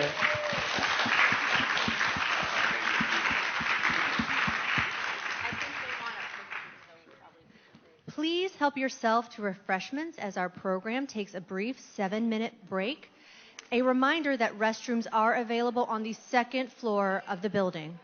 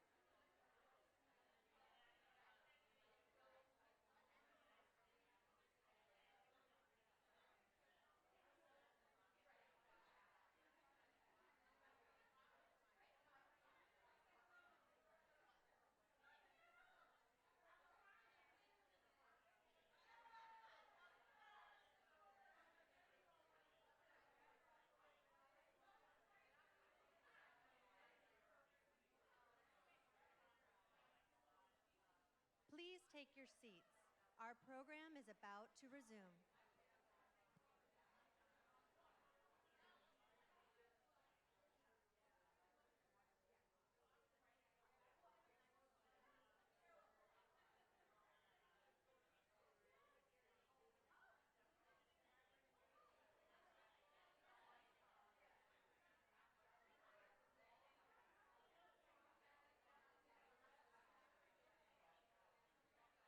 Please take your seats. Our program is about to resume.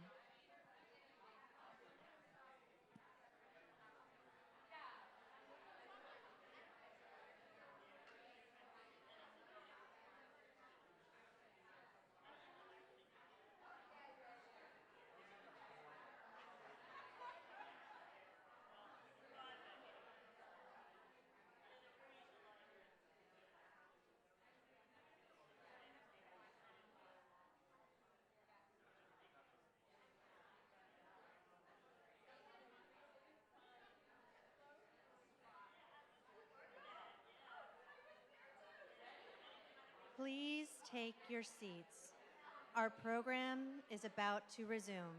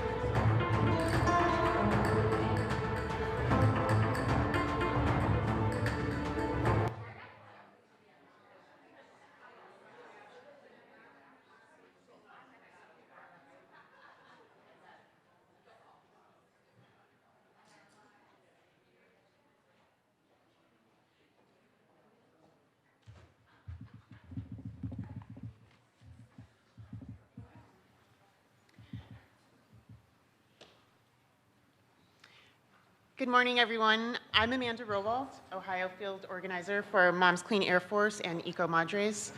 Last year, I captured video footage of black smoke coming from a facility located in Licking County, Ohio, about 40 minutes east of Columbus. At this facility, they incinerate plastic waste. They call it advanced recycling, but this process is not new, advanced, or recycling. This process is decades old and is nothing more than solid waste incineration, a process that has fallen under the purview of the Clean Air Act for decades. On this day in February of 2025, the smoke was black, thick, and could be seen for miles away. While sitting in my car a few hundred feet away, I began to feel nauseous, dizzy, and a stinging headache. In this moment, I felt scared for my safety and health, so I drove away soon after. But as I drove away, the wave of nausea gave way to a wave of guilt. I could drive away to the safety of my hometown, but the residents living nearby in the village of Hebron, Union Township, and Licking Township could not, and they were forced to breathe in this dangerous, dirty air. The next day, I met with the local state representative. I had visited the site in preparation for my meeting with him. He listened to my experience and watched the video I captured. His response was memorable. He said, "That doesn't look right," and instructed his staff person to bring the issue to the attention of the Ohio EPA.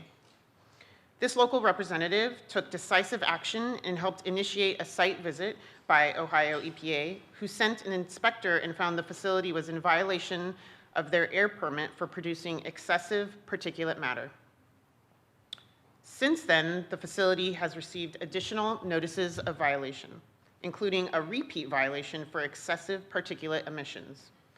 What's even more troubling is this facility has accepted a partnership with a foreign company that wants to attempt using PVC waste as feedstock. Not far from the facility, about 3 miles downwind and in the direction of prevailing winds, are the local elementary, middle, and high schools. The schools are grouped together, and the elementary school is a designated Purple Star school that supports military families. These vulnerable communities are made up of modest working class families. These folks are full of pride, faith, and loyalty to their hometowns. They are good people and they deserve better. Now is the time for congressional and state action. Now is the time for strong protections for children and families, and the time to stop the further build out of advanced recycling facilities in the US. Thank you so much.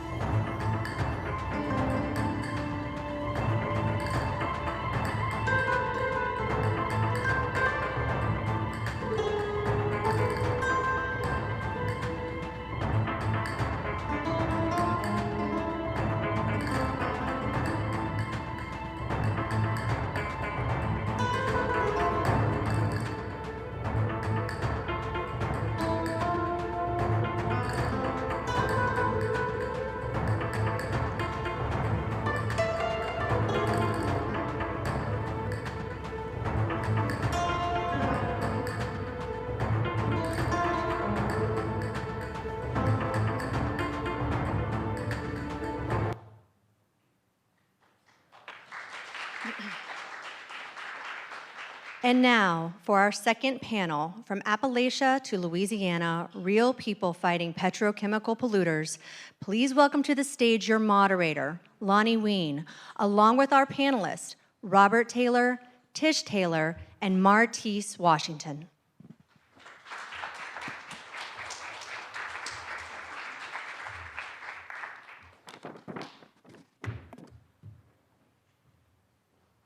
Thanks, Martec. Hi, everybody. Oh, is this on? Yeah, it is. Thank you so much for having me. I'm excited to moderate this panel and to be here with Robert and Tish and Martec. Thank you all so much for being so willing to attend, and thank you in advance for the stories that you're about to share with us. I know that they are stories both of a lot of hardship and also of a lot of hope. So I'm really excited to chat with you all today. I'm going to start with some introductions. My name is Lani. I am the West Virginia field organizer for Moms Clean Air Force. I live in Charleston, which is also where Martec lives. We are in the Kanawha Valley, which is colloquially known as the Chemical Valley or sometimes the Cancer Valley. It is one of the birthplaces of petrochemicals in the entire world. So we know this very well, and so do Robert and Tish. So Robert, I'll let you introduce yourself first, and then I think we can just kind of go down the line, if that's all right. My name is Robert Taylor. My name is Robert Taylor, and I'm a part of the founding members of the Concerned Citizens of St. John. Thanks. I'm Tish Taylor, the program director of Concerned Citizens of St. John in the River Parishes, Cancer Alley, Louisiana. And I'm Martec Washington of Charleston, West Virginia, and I'm the Black Appalachia Coalition community organizer for West Virginia.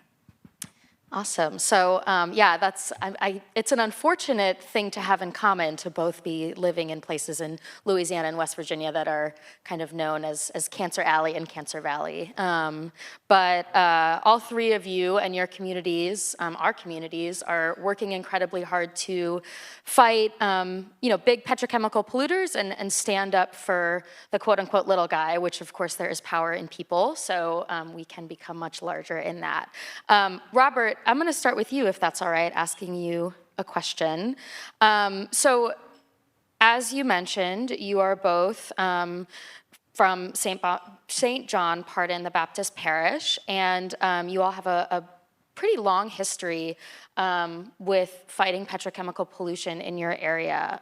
There's been a pretty significant history of just deep layers of injustice, from the sugarcane plantations to the development of a petrochemical sacrifice zone, as we call it. So could you share some of that history with us and your involvement in St. John the Baptist Parish and the fight in your area and the surrounding parts of Louisiana against these petrochemical polluters? Sure, I'll be glad to. Of course, I was born in St. John the Baptist Parish in 1940. So I've had quite a long experience there. I was born, my father worked in the industry. He worked at the refinery itself. We lived on in housing that was provided. And I lived right in the sugarcane field. You know, I could, as a kid, run out in the backyard and pull sugarcane. So my experience there goes that far back, so much so that I can remember the beginnings of the transitions in the 50s and mid-50s when the sugarcane industry started resisting the efforts of the local employees. And that's when the transition began that I can remember, from the agrarian economy to the petrochemical industry. They came in. It didn't, except for the economic strain that the local people felt who lost their jobs at the sugar refinery. It wasn't much, especially as a kid, you know, I was still able to go and pull a sugar can out of the fields. But the petrochemical industry came in, it was hard. We made the transition. Economically, we all suffered. We were last hired, as always. The people were the last ones to be hired.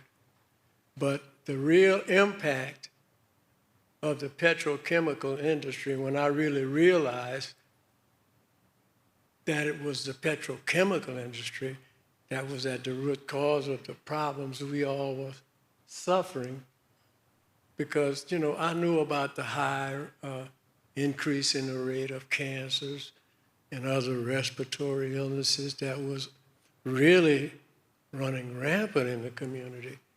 But I had no concept until actually 2016 that the petrochemical industry, we all suspected that something, we noticed the smells and we noticed the changes in our environment, plants, trees, animals that were no longer there. We lost our fireflies, we lost certain plants. I had one son he grew up crawling in these ditches and playing with these bugs, and he was always complaining to me, "Daddy, what happened? Where did they go? Daddy, look at the tree. The top of the tree is dead, just the bottom. The plants disappeared, So EPA came to us in 2016, and they held a conference, and they set up a monitoring plant, system. But they did warn us, and they gave me certain information at the time that really got me wide-eyed involved. I was terrified, really, by this when the results of these testing came in. And EPA was sending them directly to me as a result of my meeting with them. And when I found out that the children in our elementary school, in which that plant had been set right 1,000 yards away from the school, 400 to 500 black children from kindergarten through 5th grade was in the school. They were busing the kids from all over the parish to this school. And they informed us that because of the chemicals coming from DuPont Dinka that was affecting these children, they had set a level exposure, EPA, of 0.2. This plant was doing 400 times that amount. Wow. They were injecting that on these elementary, well, not just the kids, because their school was right in the middle of our community. And that really fired me. I was associated with a church and one local politician. And when they gave us that information, you know, we were just so hard set. We had to, I couldn't sleep. I was flabbergasted that the government, that people were actually doing this, and we were all so unaware, the community. And that's what prompted us to found this organization, so we could take some action against that. We had to stop that. Yeah, that's a wonderful transition. So you mentioned that, thanks, yeah. Well deserved. You mentioned the DuPont Denka plant that is, like you said, in the middle of your community, right? And so tell me a little bit more about, you know, what exactly they did, like what emissions regulations they violated, what did they know about, what information became public, and how exactly did that lead to the founding by you both of the Concerned Citizens of St. John? Well, DuPont Dinka, well, you know that primary product was neoprene. But they were licensed by the state of Louisiana and the federal government to dump 29 chemicals in our atmosphere. Chloroprene being the primary one that we were dealing with, but there were 29 chemicals.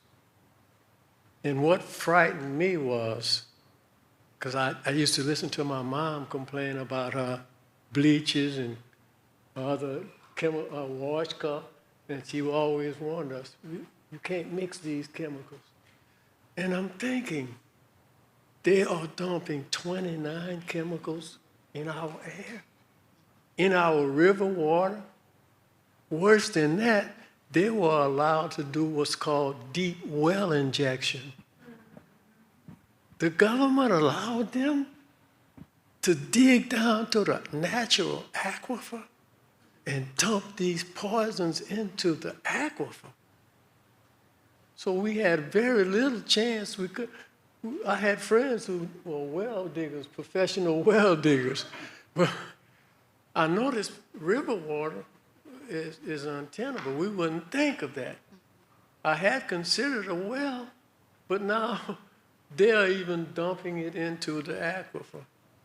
So we had a serious problem here of dealing with these people, not only with the chemicals that they were putting out individually, but to me, the spectrum of 29 chemicals and the combinations, it seemed to me unending combinations that these, when mixed together, could produce in our atmosphere. And I thought about my mom, who suffered with cancer so terribly. When I never even, she died in 1994. We had no idea when her brother, my Uncle Johnny, when his daughter and his son, and I mean when the myriad of peoples who I saw who suffered from these diseases that we had never known about, this stuff was, and then I think that it was the petrochemical industry. It was people that were intentionally that we were suffering from this. One of our local, we had friends of the family, they were the undertakers in the community. And his daughter-in-law came to me. She said, man, you know, my father-in-law he's really upset about the number of cancer deaths. You know, we're trying to figure out what this is about, and we just it wasn't until 2016 that it dawned on me, and I just felt so, why didn't we know about this earlier? But they got, as I've heard tonight, these people are so entrenched in the government, and there are so many ways that they can mislead us or lead us in a, yeah. So when we come up faced with the idea of how are we going to deal with this as a people, and the people thinking that the petrochemical industry was there to help us. Mm-hmm. But I had discovered early on in the 80s that we were not. I was self-employed. So I didn't rely on those kind of sources for income. But I knew that we were not employed at a level in that community to sustain ourselves as a community. Right. Blacks were not then, and neither are they now, benefiting economically. Our community is suffering terribly. When we take, for instance, a plant like DuPont Dinka that's sitting there, when we started this fight, they told us they had 230 employees. Well, they're in a little town called Reserve, which is in the center of St. John the Baptist Parish.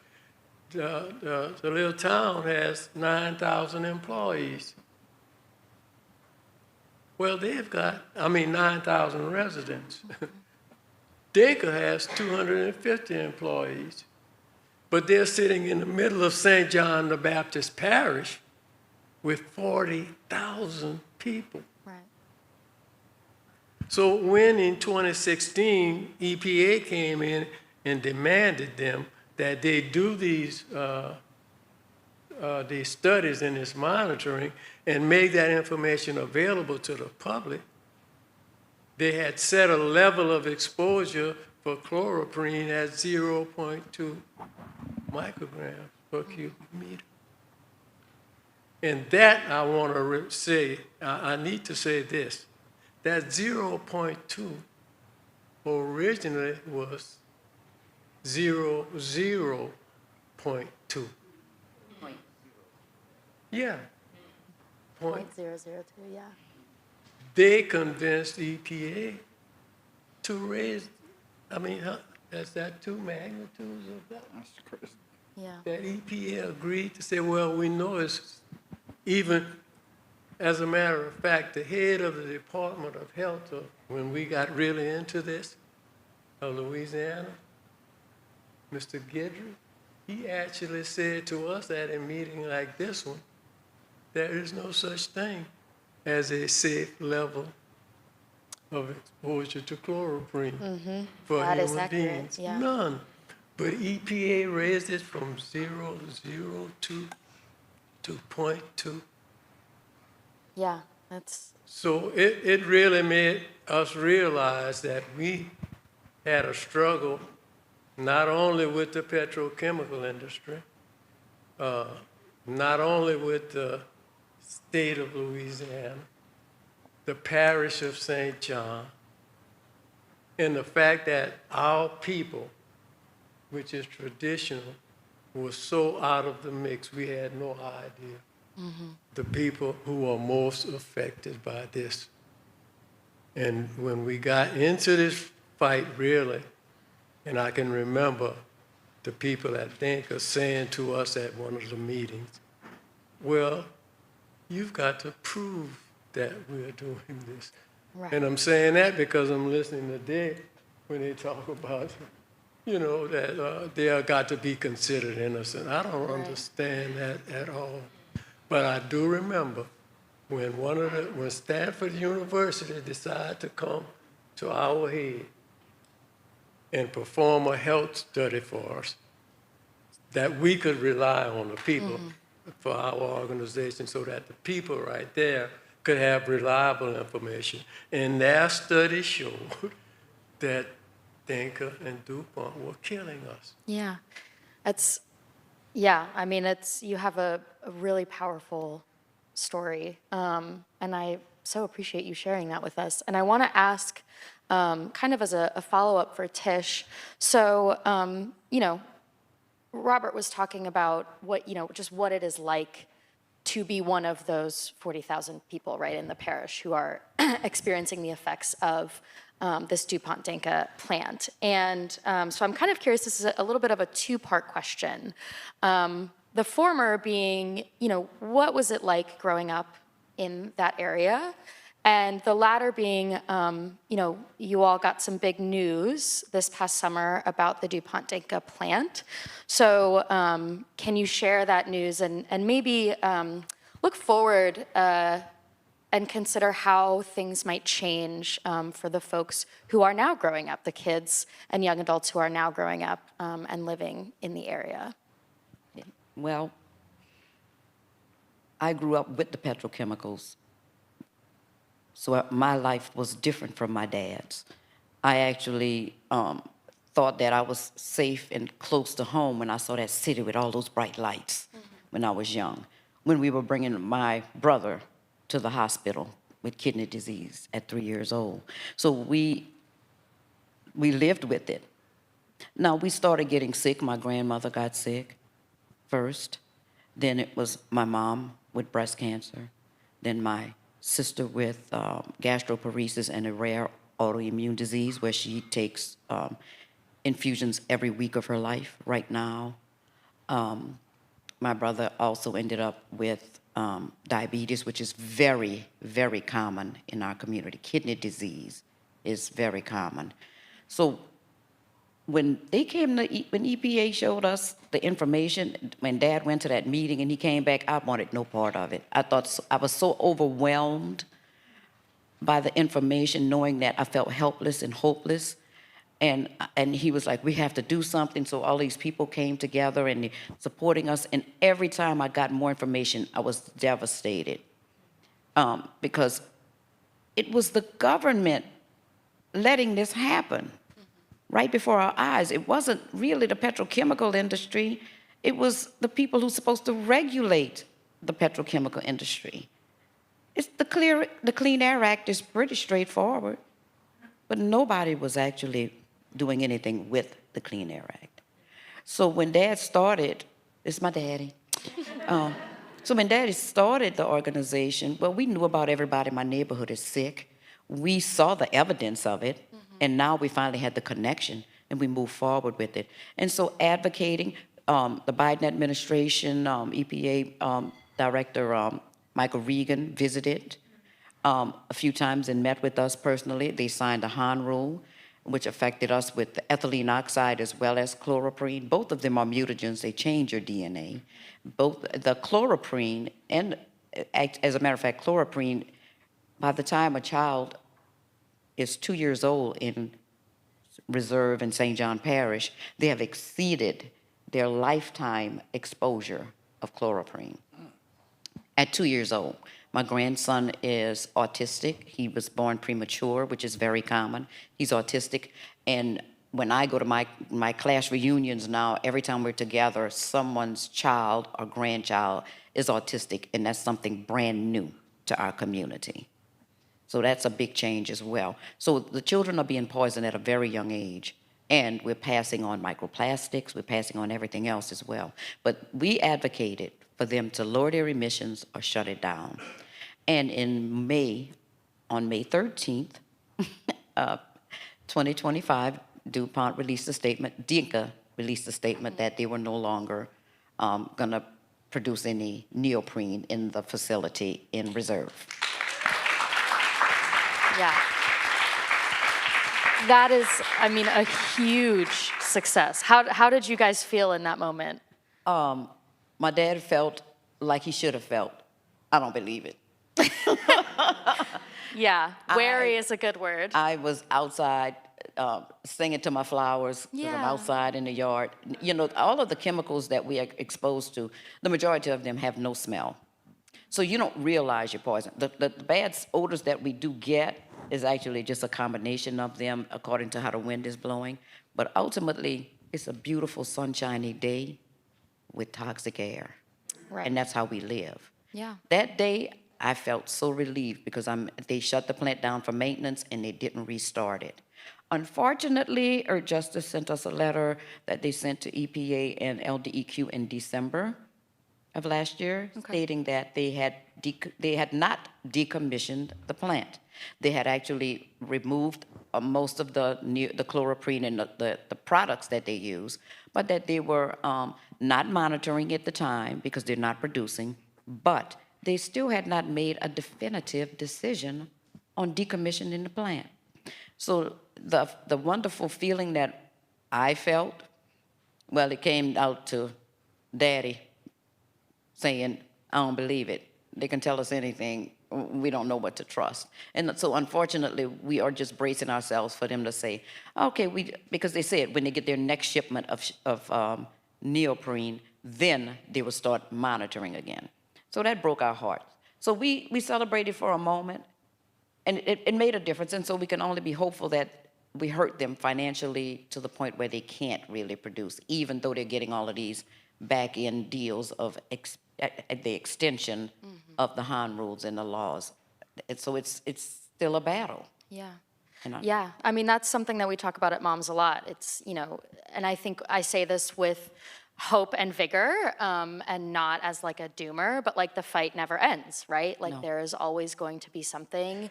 And part of the hope in that is that like we can envision a better future for both ourselves and future generations, our children. And in the meantime, we're gonna keep working our butts off, right? We're gonna keep doing the work, we're gonna keep showing up, we're gonna keep educating people, talking to people, getting to know what exactly they envision for themselves. So I want to thank you guys from the bottom of my heart for the work that you're doing. I've never been to Louisiana, but I would love to come visit. We actually host toxic tours where we'll get a We do something similar. So we ride you through the community and show you, because our family gravesite is like surrounded where they bought the plantations, and then covered up our grave sites and stuff like that. So it's really a whole big deal. We actually have a podcast because what we are doing now is educating the community about plastics, about the petrochemical industry, and the information is so important. So we have the Good Neighbor podcast that we're showing now. Look for us on Concerned Citizens of St. John's YouTube channel, please.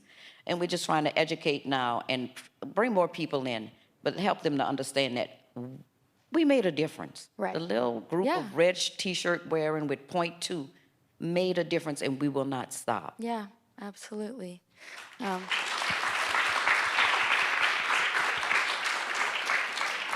All right. In the interest of time, I'm going to move on to Martise and ask you a couple questions. So, Martise, our part of West Virginia is along the Kanawha River. It's south central West Virginia, for anyone who's not familiar. And the Kanawha Valley is really famous for its long history of coal and steel operations, natural gas and petrochemical pollutants and development. So can you just share more with us about what it's like growing up in what we called earlier the Chemical Valley, the Kanawha Valley?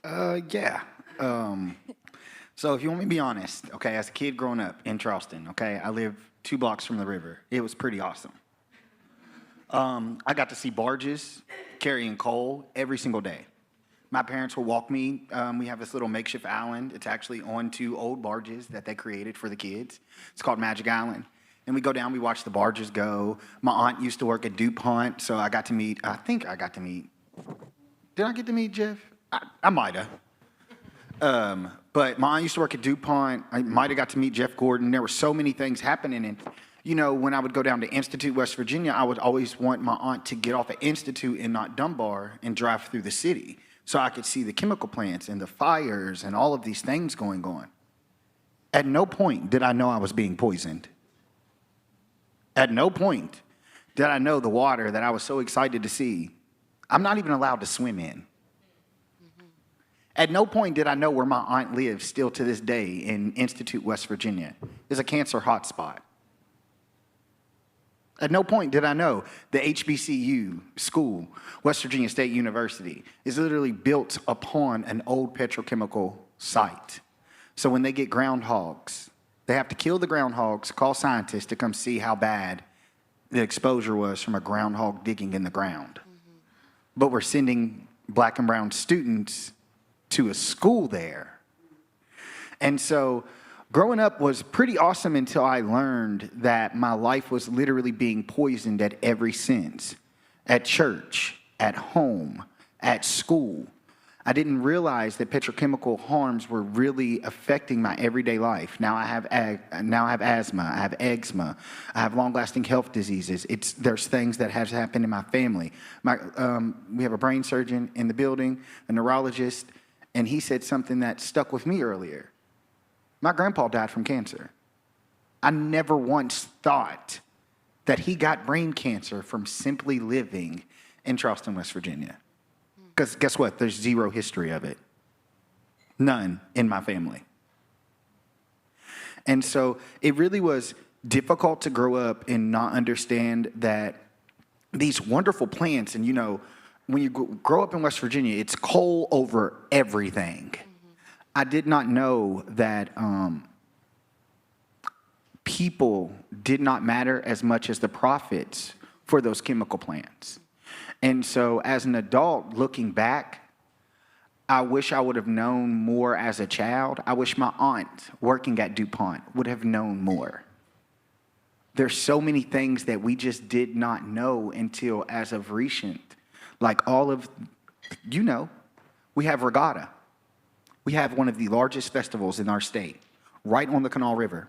We bring hundreds of thousands of people in to bring them to an area where every time they take a breath, they're being poisoned because they're 3 miles away from a cancer hotspot. Because the petrochemical emissions and the ETO emissions in the area are well beyond what the EPA has regulated. Well, 300 times over. And they're trying to increase that permit right now. And so Black Appalachia Coalition uses stories, and we do all types of things, but lived experiences and just sharing those stories from my childhood to what it looks like now has been truly, truly, I mean, like I said, coal was everything. So you couldn't go against coal living in West Virginia. And it was so bad. Yeah. Now that I know, I was literally cheering on. I mean, we were kids hype when we got to go do walks because our schools are along the river. We're on the river. Yeah. And so it was just, it was wonderful growing up. But looking back, am I going to have cancer? Well, I get breast cancer.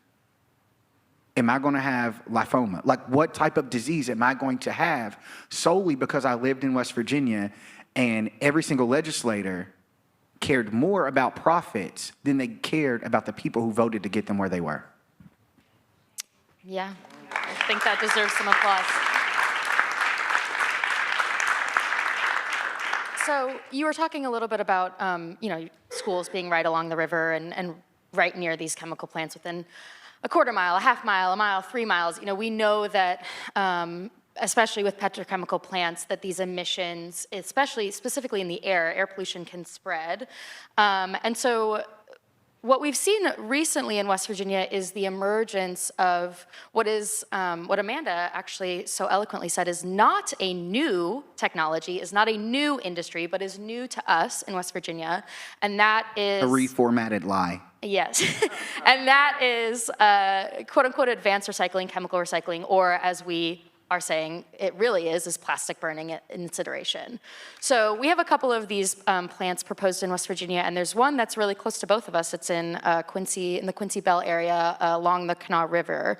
So I'm curious, like, what concerns do you have about facilities like chemical recycling facilities moving into this area and the impact that they might have on our already marginalized communities? You know, Institute, like you said, is a hotspot for cancer. It's also, one of not very many historically Black communities in the state, and so it's going to have a disproportionate effect, right?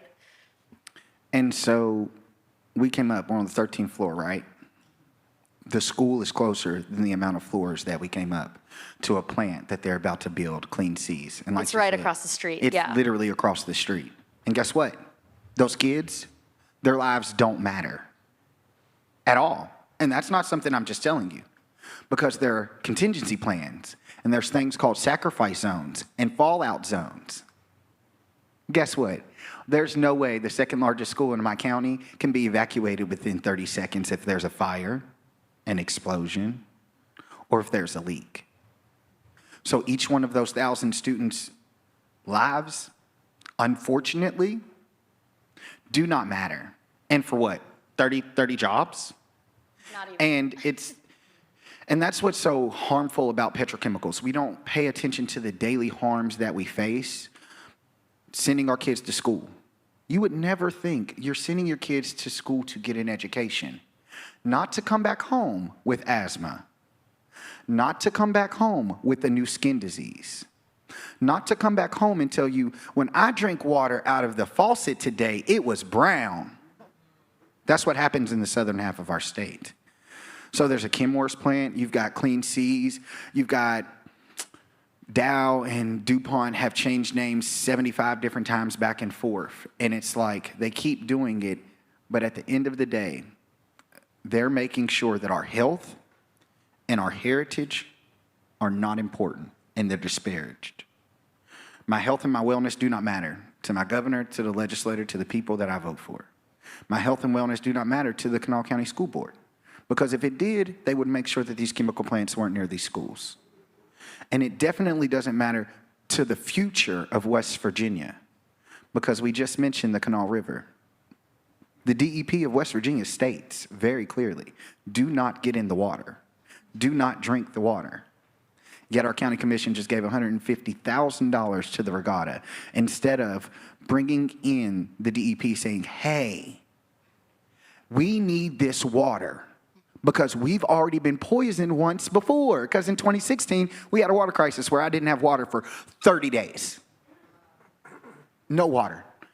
Because a leak happened at a coal stripping, there's some coal stripping stuff, and it got into our water source. So we only have one water intake plant.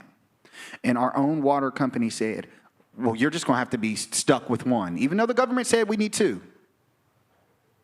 We're just stuck with one, because it would cost them over $130,000 to remove petrochemicals, forever chemicals, from our Kanawha River. And that's truly harmful for all of us. Whoops.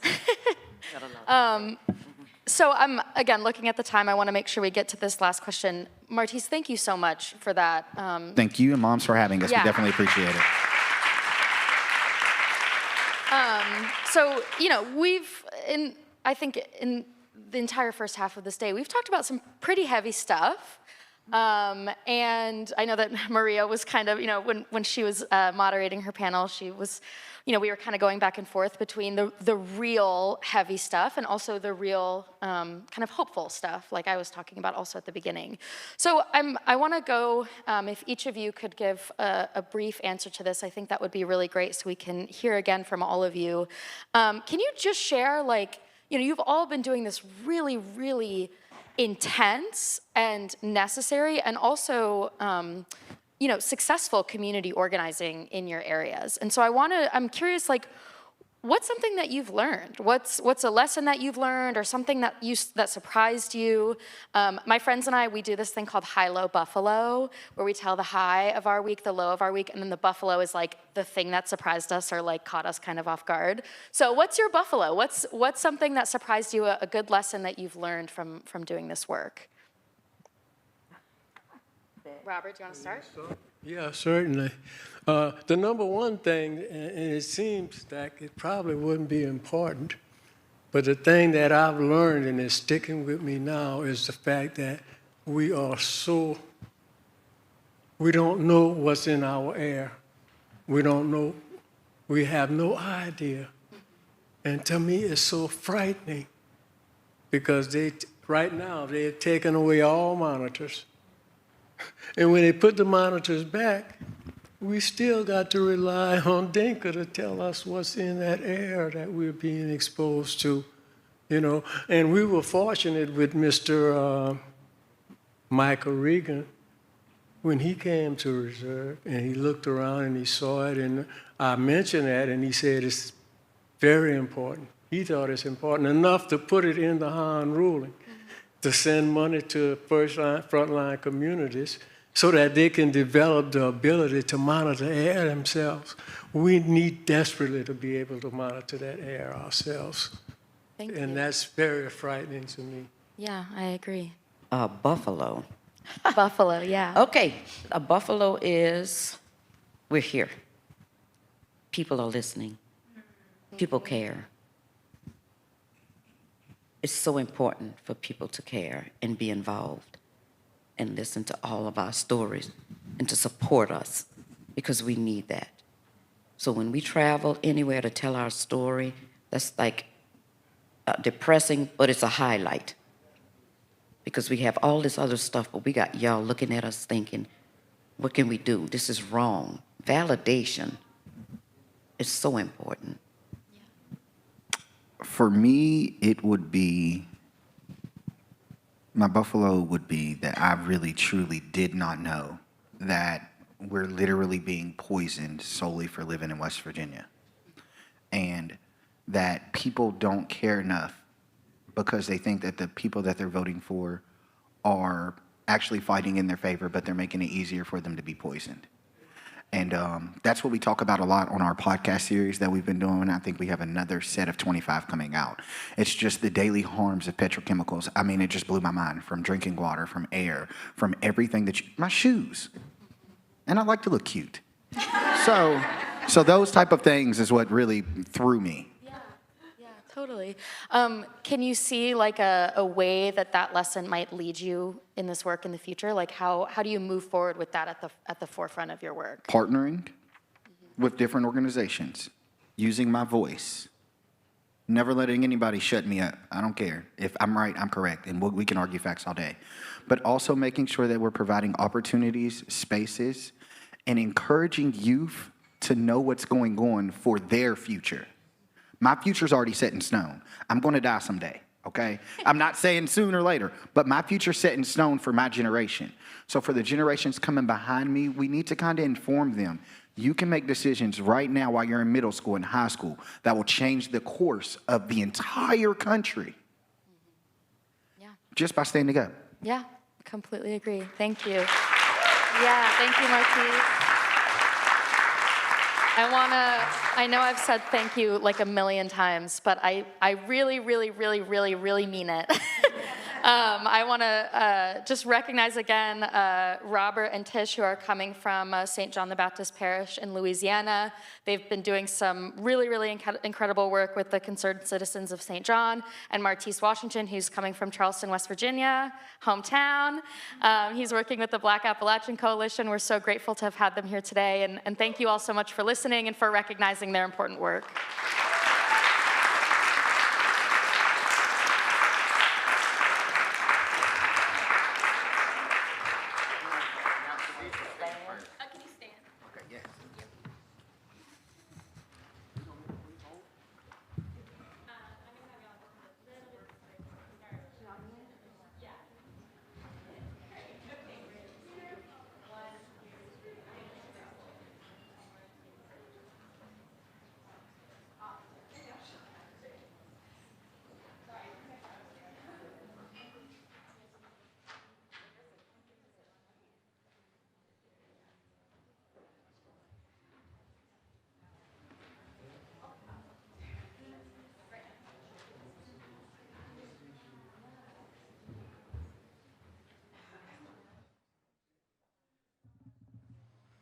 Now, please welcome Celera Hughes to the stage.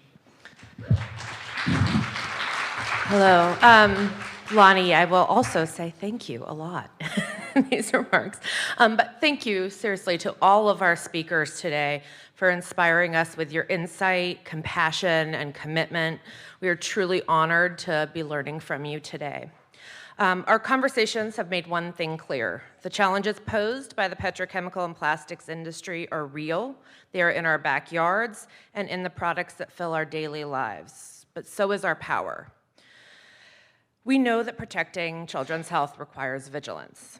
It requires strong safeguards, sound science, and leaders who are willing to put families first. And it requires us, all of us, to be informed, engaged, and persistent, to hold decision makers accountable for upholding laws and protections designed to keep our families safe.